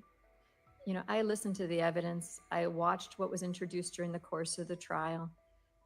There is no explanation that I've heard that's valid as to why you would be walking away from that burning car. You know, those photos were not of a girl in a video enjoying life. Those photos of you grasping the breast that was ultimately shaved from her body, with her face plastered into that, I don't recall if it was the ottoman of the couch, the way that her body was positioned, there's no explanation for that. I don't need to rehash the evidence. I've gone through all my notes from this trial, and I think that Attorney Vance Cruzan did a nice job of summarizing in pertinent part the details. But there's no answer that you briefly provided in this pre-sentence that makes even a hint, that even resonates with a hint of truth. So how do we protect society from a man who clearly has had darkness in his past, who engaged in behavior that is, it's the facts that you see written in horror novels? That's what we have to determine. And you know, it isn't easy. I can tell you that when you think about, is there ever something redeemable in a person? You'd like to say at some point there is. And I can tell you that at the points in life where I've come to the conclusion that there isn't anything redeemable, you know, you do think about, I think it takes away a little piece of my soul. How come I couldn't find anything good? How come I can't find anything that I can say at some point you'll be a better person? So ultimately at sentencing, considering the seriousness of the offense, your character, and the needs of society. This is clearly not a probation case. Probation would unduly depreciate the seriousness of the offense and isn't even allowable under our law.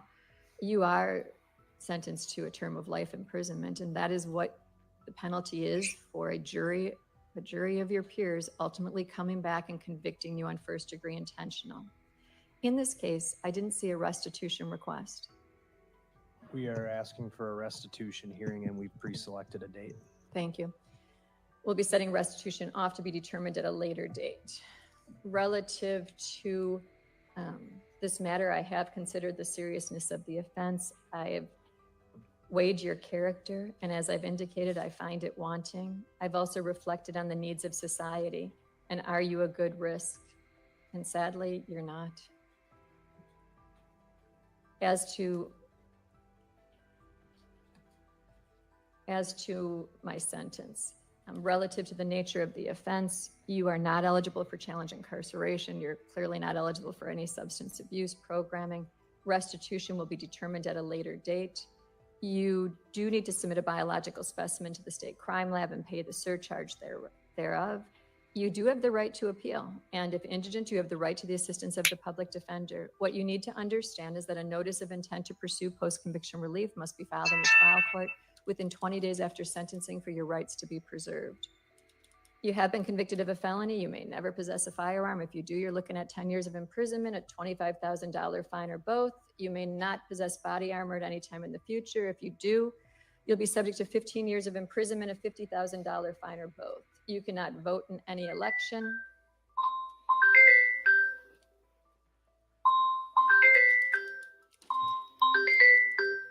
I'm going to waive all non-mandatory fees, costs, and assessments. I'm ultimately going to want payment for restitution first and foremost. So we're going to determine that on a later date. But due to that, I'm not imposing any fine. The fees, costs, and assessments will be payable during your term of confinement at a rate to be determined by the DOC.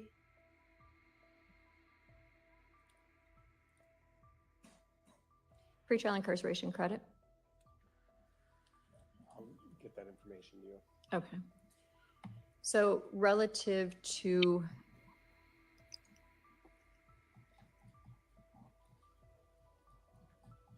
one moment.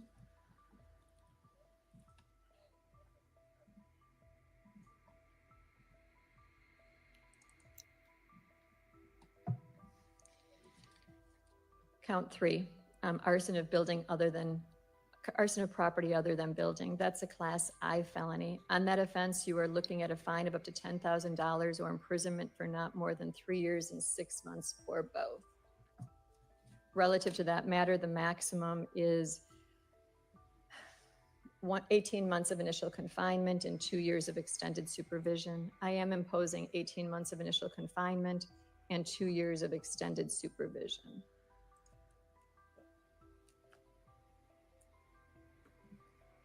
One moment.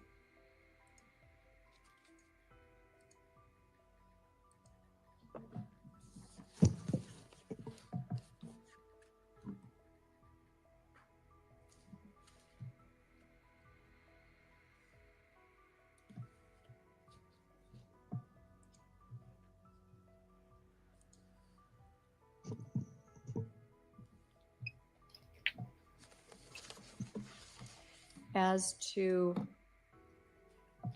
count 2, which is a charge of mutilating a corpse, that's a Class F felony. That means upon conviction, Hey, you could be Yakia, welcome fined in. not more than $25,000 and imprisoned not more than 12 years and 6 months or both. Relative to that, the maximum is 7.5 years of initial confinement and 5 years of extended supervision. I am imposing 7.5 years of initial confinement and 5 years of supervision. Relative to count 1, that is a Class A felony, the charge of first-degree intentional homicide. Relative to that, you shall be sentenced to imprisonment for life.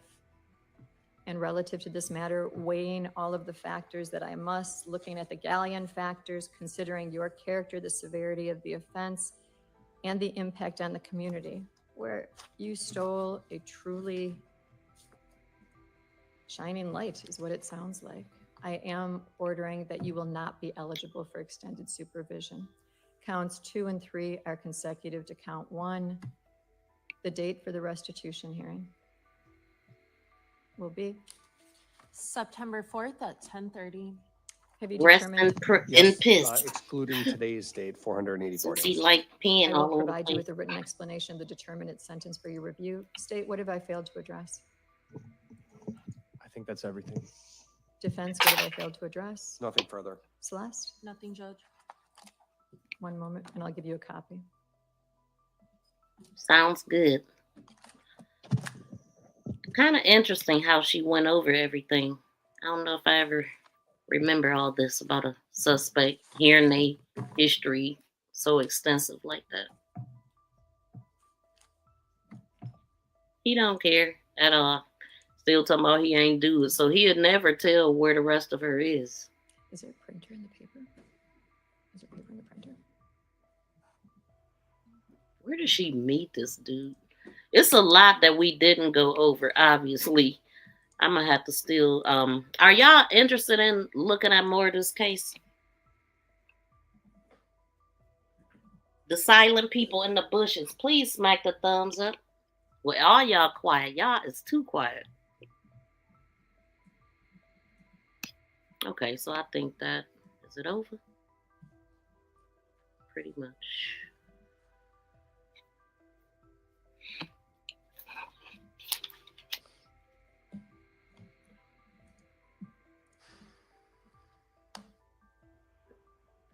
So it's just gonna end with him looking stupid like that.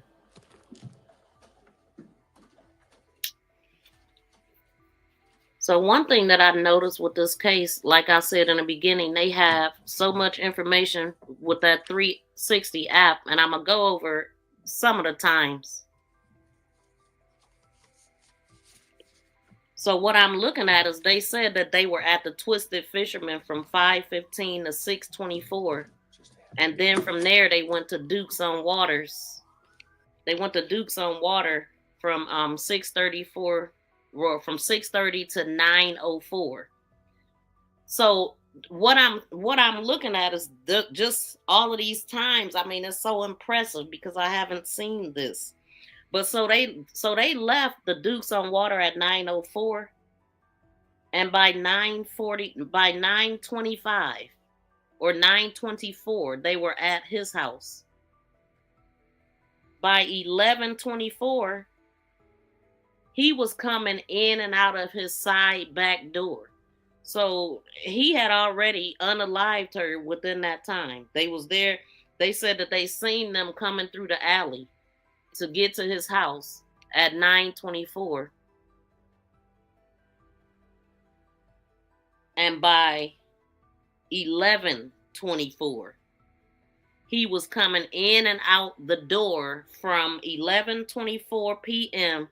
to 12:45 p.m. So loading parts. I mean, but they saying that they didn't even have evidence of it happening at the house. I don't know.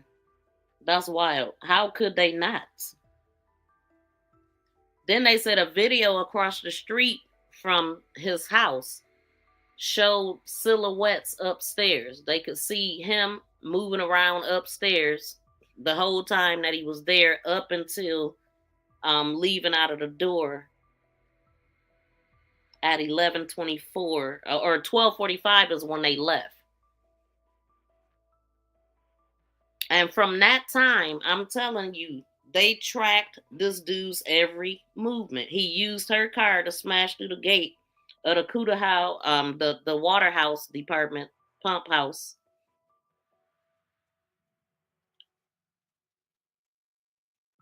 She drove a 2020 Honda Civic. It was dark blue. It had a sunroof.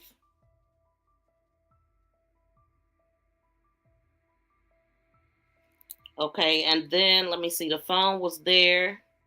Yep, the phone. Her phone. They're following her phone with all of this stuff.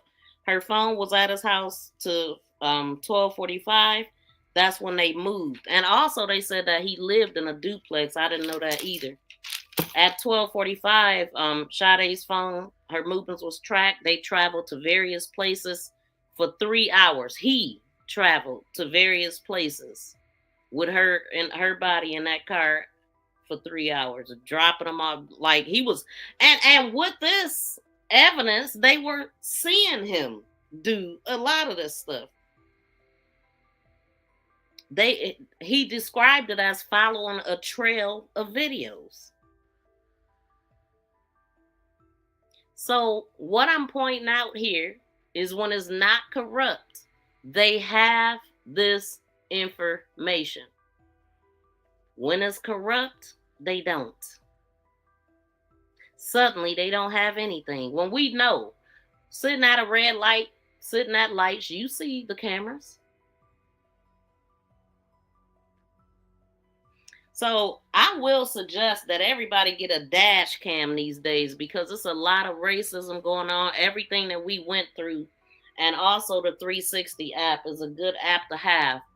I first heard about the 360 app when I first got on here.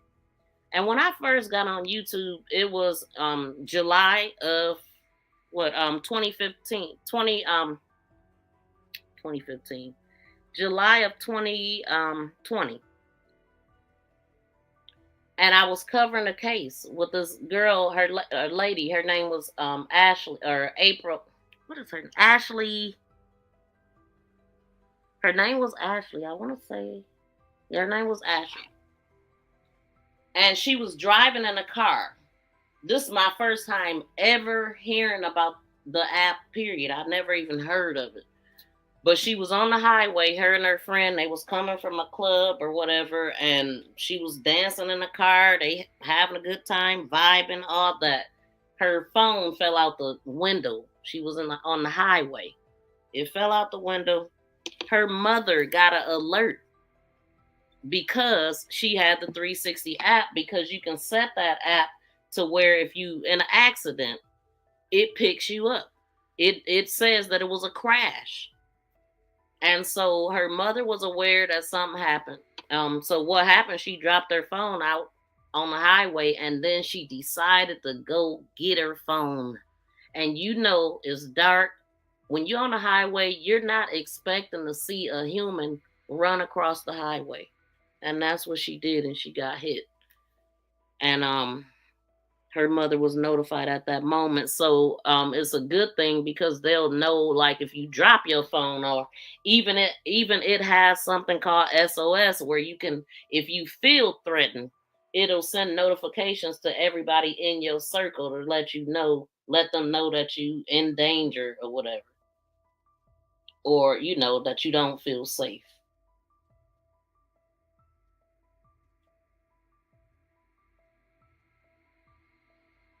So it says in emergencies, users can trigger an SOS alert to notify their circle of members and emergency contacts. It's a lot of different things to this app too. I mean, if you want to pay for all of that, it does a lot. So I would definitely suggest that if you don't have it, just look into it. And so they followed a trail of videos. So from 12:45 to 4:40 a.m., her network went off. They couldn't track her no more. But then it popped back in. But in the meantime, they like on North 35th Street at 1 a.m. downtown, the license plate reader picked up her car.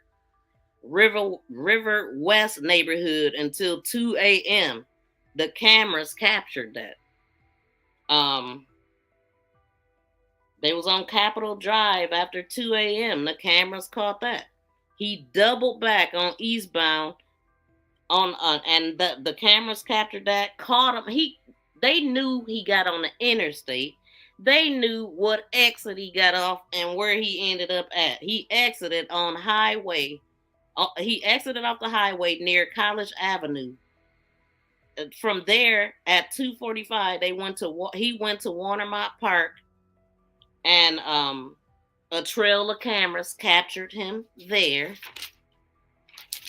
Then at 2:53, the Honda arrived at the park. That's when he smashed through that gate. And Sade's phone was her phone in the car. There was an hour. They were there for an hour and a half when he went to the pump house. Then there was a silhouette of a person. They were able to, a silhouette of a person. The body was discarded. Okay, so welcome in, Angela. How you doing? Good seeing you. Now remember, I said that was 2:53. They was there for an hour and a half. Silhouette of a person. The body was discarded, and then around 4:30 a.m. The phone moves north and goes off network until 4:40. So it was only 10 minutes. North into St. Francis downtown. So at 30th and Lisbon, he canvassed the area. So he just driving in circles, looking for a spot to drop her at or burn the car up, I guess. A trail of videos caught on to him again at 4:50. So they got very great times. The car picked back up, circling the area before the fire. That was at 7:30 or 7:34. And at that same time, well, wait a minute. Car picked back up, circling the area before the fire. Okay, and now I got I'm going back. It says the car drives around. This was at 4:50. Between 4:50 and 5:19, the car was just driving around. Then they found the foot was found at the playground. So he was at the playground at 31st and Galena at 6:50, and that's a half a block from where he burned the car at. Drives around, pull into an alley. He drives around, pull into an alley before he set the car on fire. The liquor store cameras picked him up. The bus picked him up. He parked behind a bando, is what they said. That's where he burned the car. Parked behind a bando, and two women that happened to be walking down the street seen him. They suddenly stopped. You could tell that they seen something going on. They say he did that or whatever. And so yeah, and that was that pretty much. But then he gets home. I think he got home around 8 or something. But don't quote me on that because I didn't write it down. Thank you so much, Angela. I appreciate that. She said great reporting. Thank you. Check out our new members emojis, Angela. We dropped about 4 new emojis. But thank you so much for that super sticker. Shout out to you. Let's go.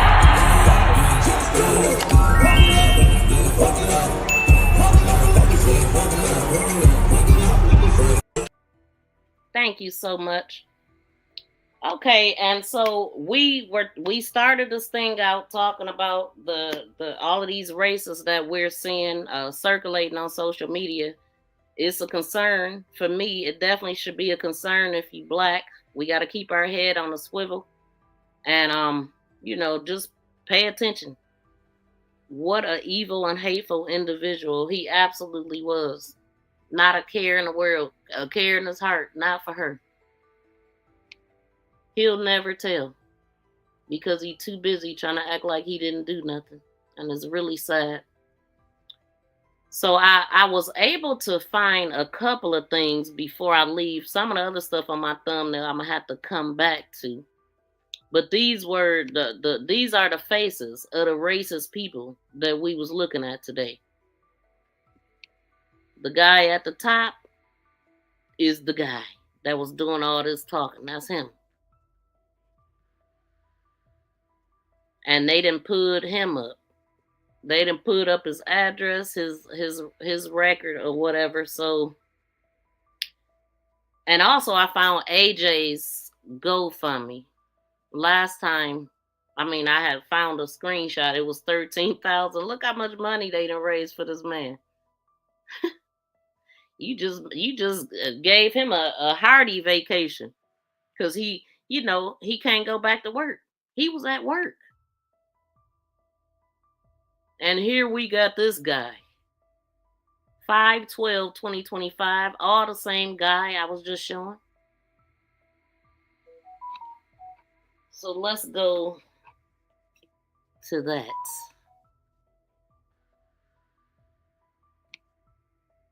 So the same woman is doing all this hooping and howling and rah-rah with him is probably and likely the same woman he been jumping on, unless, he got a couple women. But this says that they was together. They go together. They boyfriend and girlfriend of 17 years. I think I just read. But let's put this up. You in your phone. Get your ass beat. Off my property Get the out of here. Record that. Come back again. I'll hang your ass. now. Yeah, he did say that twice, and it should constitute a hate crime. Maybe the officer who showed up on scene just didn't understand that. If you don't know what I'm talking about, if you're on TikTok, you can click on the comment. But there's a video of this couple who got angry that a young Black man was soliciting at their front door and said some pretty horrible things to him, only he wasn't even a solicitor. He wasn't selling anything. He was a project manager with a utility company, there to tell them that, hey, there's been a bunch of upgrades in your neighborhood, and here's how you utilize them.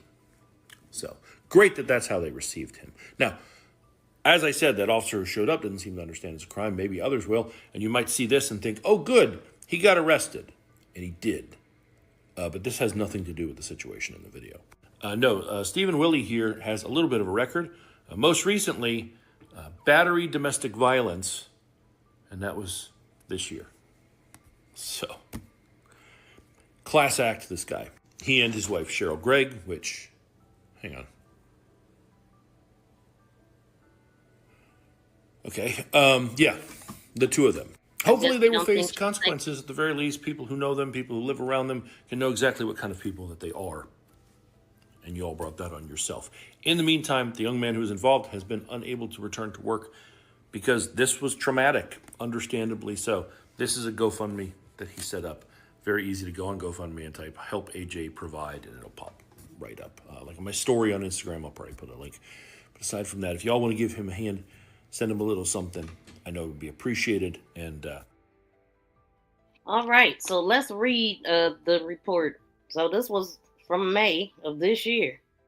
And it says on May 12, 2025, at approximately 7:24, the deputy responded and their address in the reference to battery domestic violence. My investigations revealed, describe relationship. Cheryl and Stephen have been dating for approximately 17 years. Like, damn. Have no children in common and reside together as a family unit. Children present? Question mark. Okay, what this kind of... Cheryl sustained a bruise above her left elbow. No other residents obtained. Okay, North suspect was not arrested. No suspect was arrested. Stephen was arrested on the scene. What? This is all messed up. Y'all see how this is going into each other? Bruise above her. Hold on. This crazy. God dang. Stephen was arrested first. So it's like it's merged together with the questions and the dang on answers. And all put on one sheet. Somebody really wanted to minimize this, I guess. Upon arrival, I made contact with Cheryl, the victim, who stated the following verbally. Cheryl advised she was arguing with her boyfriend, Stephen Edwin Wiley, over her stepmother's drinking problem. Over her stepmother's drinking problem? And how he didn't move to Florida to deal with her issues. Oh, so they was just moving there? They got drama. Cheryl advised that during the argument, Stephen became aggressive and grabbed her by the hair. Cheryl advised she ran to her bedroom and locked the door. Cheryl advised that Stephen broke down the door and pushed her against the wall. Advised she sustained a bruise above her left elbow and refused medical attention. I then made contact with Stephen, and who stated the following verbally. Stephen advised he and his girlfriend Cheryl were arguing over her stepmother issues when Cheryl became agitated and threw a water bottle at him. So they just violent, both of them, huh? Allegedly. They both saying one hit the other. Stephen advised he grabbed the water bottle and began to squirt water at Cheryl, joking around. Boy gone, y'all heated in a heated argument. See how he lying? Oh, I was just joking around. I put water on her and kicked down the damn door. Like, what? Oh my God, sound like they own damn problem. Stephen advised he broke a black man knocking at your door is the least of your damn problems.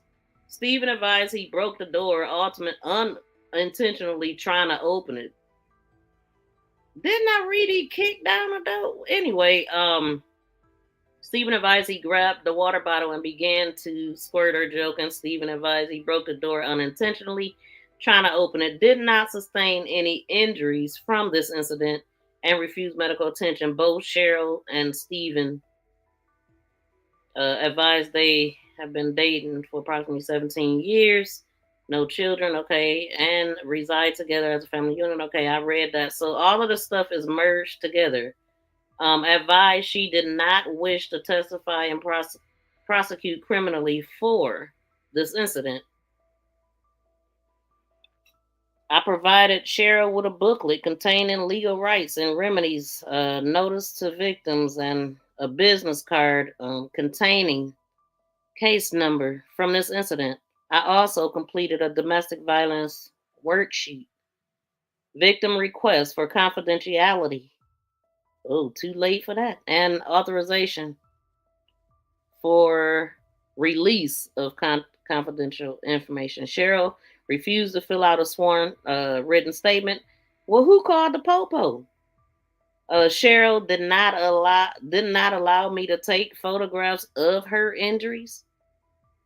Well, sound like they good then. Based on the conclusion of my investigation, I determined probable cause exists to charge Stephen with battery.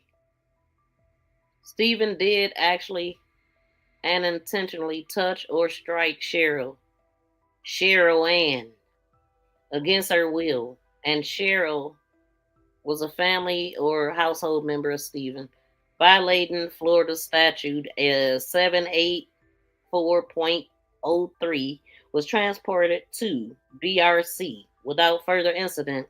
The report will be forwarded to report review. This concludes my reports. Okay, great information there. So like I said, they got their own issues, but they want to blame it on a black man. Like, he didn't do nothing. He just knocked on the door. You know, this is sad. This is really sad. He caught her with the dog peanut butter alone in the garage again. Shout out to Ray Ray. Shout out to Stay Dangerous. Submit, Lil, and share this live. Yes, please submit that like. Thank you so much. I appreciate that. She is desperate for a man and puts up with any type of treatment. Exactly. That's what it's looking like. That's exactly what it's looking like.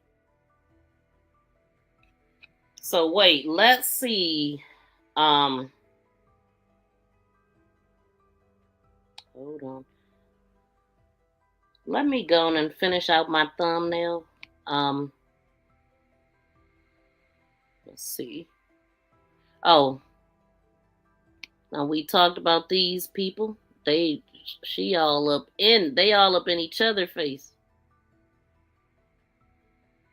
Who's this?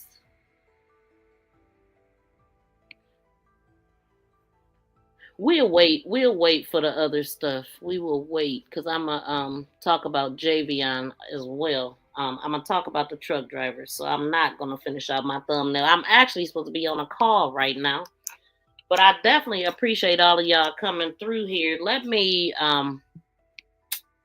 throw. Hold on, y'all.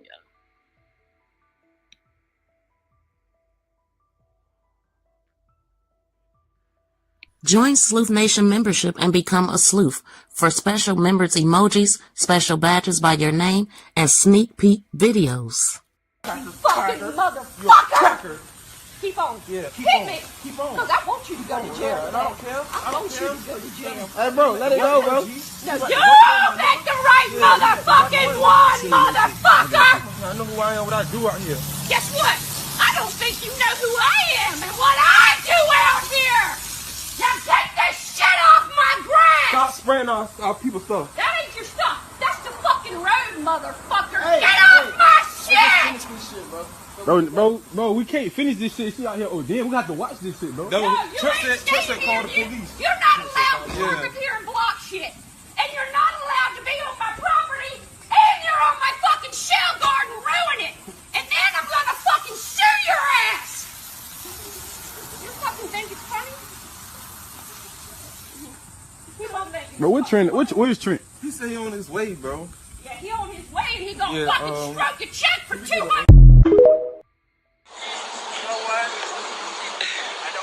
Rude or anything else, but when a fellow of your color jumps. Yo, I just. What's going on? What's going on? What's happening? You driving that truck? Huh? Go get in your truck and be a good witness. No, I ain't driving that truck. I ain't driving that truck. Phones up. Get in your vehicle. Now. You're leaving. You're gone. What happened? You're gone. Going where? You're going out. Who? You. For what?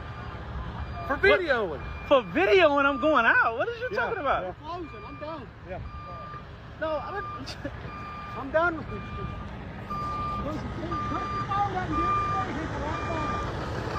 Leave me alone. Let's go, JM. Leave me alone. Get your fucking truck. Leave me alone. Leave me alone. Get your fucking truck. Tell the cops. I'm leaving now. Y'all please smack them reactions. Let's go, bitch. Let's go. Get the fucking truck. Yeah. Don't get out of the truck no more. Don't get out of the truck no more? Take you out. Yes. The sheriff's department's coming to get rid of you and your fucking mud.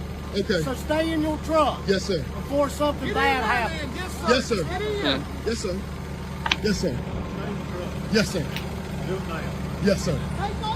Yes, sir. I'm saying, shut your door, shut your mouth. Like You're the sheriff? You're the sheriff, right? Yes. And you were trying to talk to me. I'm I'm done talking with you. Shut the door. Can I roll the window down? No, roll the window up, roll the other window down. Hey, sir, you slammed the door on my door. And that's all I'm recording. I'm going to put you in That's jail. that's all I'm recording for slamming on the door. I didn't slam it on You the door. did that? Yes, you did. Have it had on a hold recording. door. Get in the door. Okay, yes, sir. Yes, sir. Y'all going to jail. Okay. Y'all going down. This town going down. How do you think you would have handled that situation? But this is what we talking about. A bunch of racist things happening. Keep your head on the swivel. Protect yourself at all costs, because it's happening a lot. Like all of this stuff I'm just seeing this week.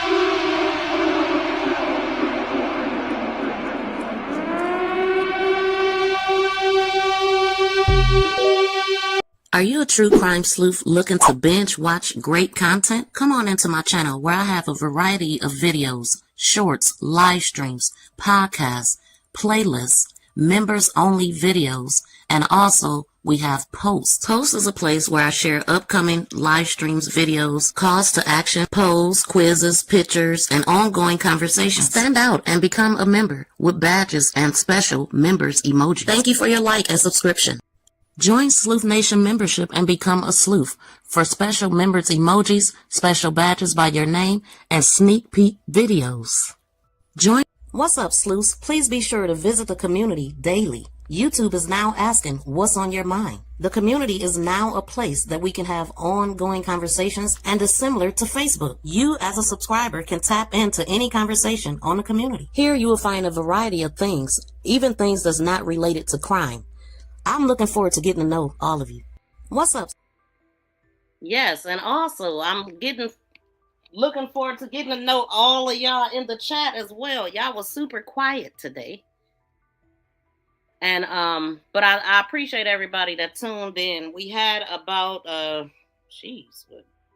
did 10,000 people come through this video today? That's what it looked like. So we appreciate the views. We do. We definitely do. Wait, am I looking at the right thing? Hold on.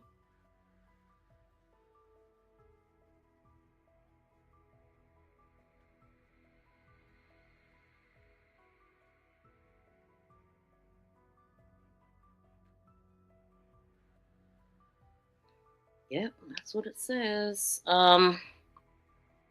She need to give him a mutual comeback if she is bold. He caught her with the dog peanut butter. Okay. But okay, y'all. I will see y'all in the next one. I actually have a live stream set up. If y'all into politics, make sure y'all subscribe to my other channel. I got a live stream set up over there. And also tomorrow, I will be interviewing the sister of Shaves, or I think it may be Chavez Adams. The guy that was found in the Goodwill bin. And so yet another case that is a cover-up, because he had rope around his ankle and neck, according to his sister, and wrapped in a tarp. So he couldn't have put himself in there. So somebody had to have done that. And so we're going to get a few more details from her tomorrow. That video is going to pop up after I end. If y'all can hit notifications on that. You have a good night too, Angela. Good to see you. And I will see y'all in the next video. Thank y'all so much for tuning in. Please be sure to like, share, and subscribe to my channel. Make this go viral. Woo.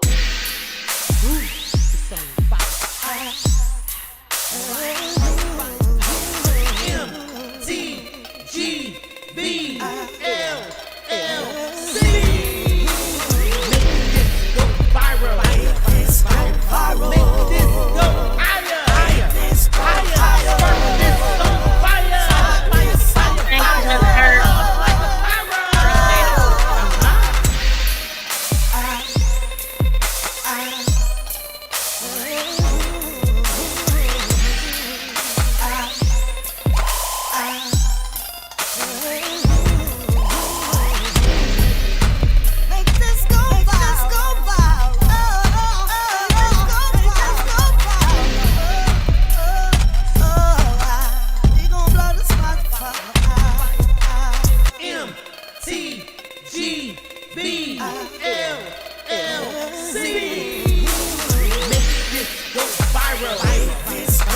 Peace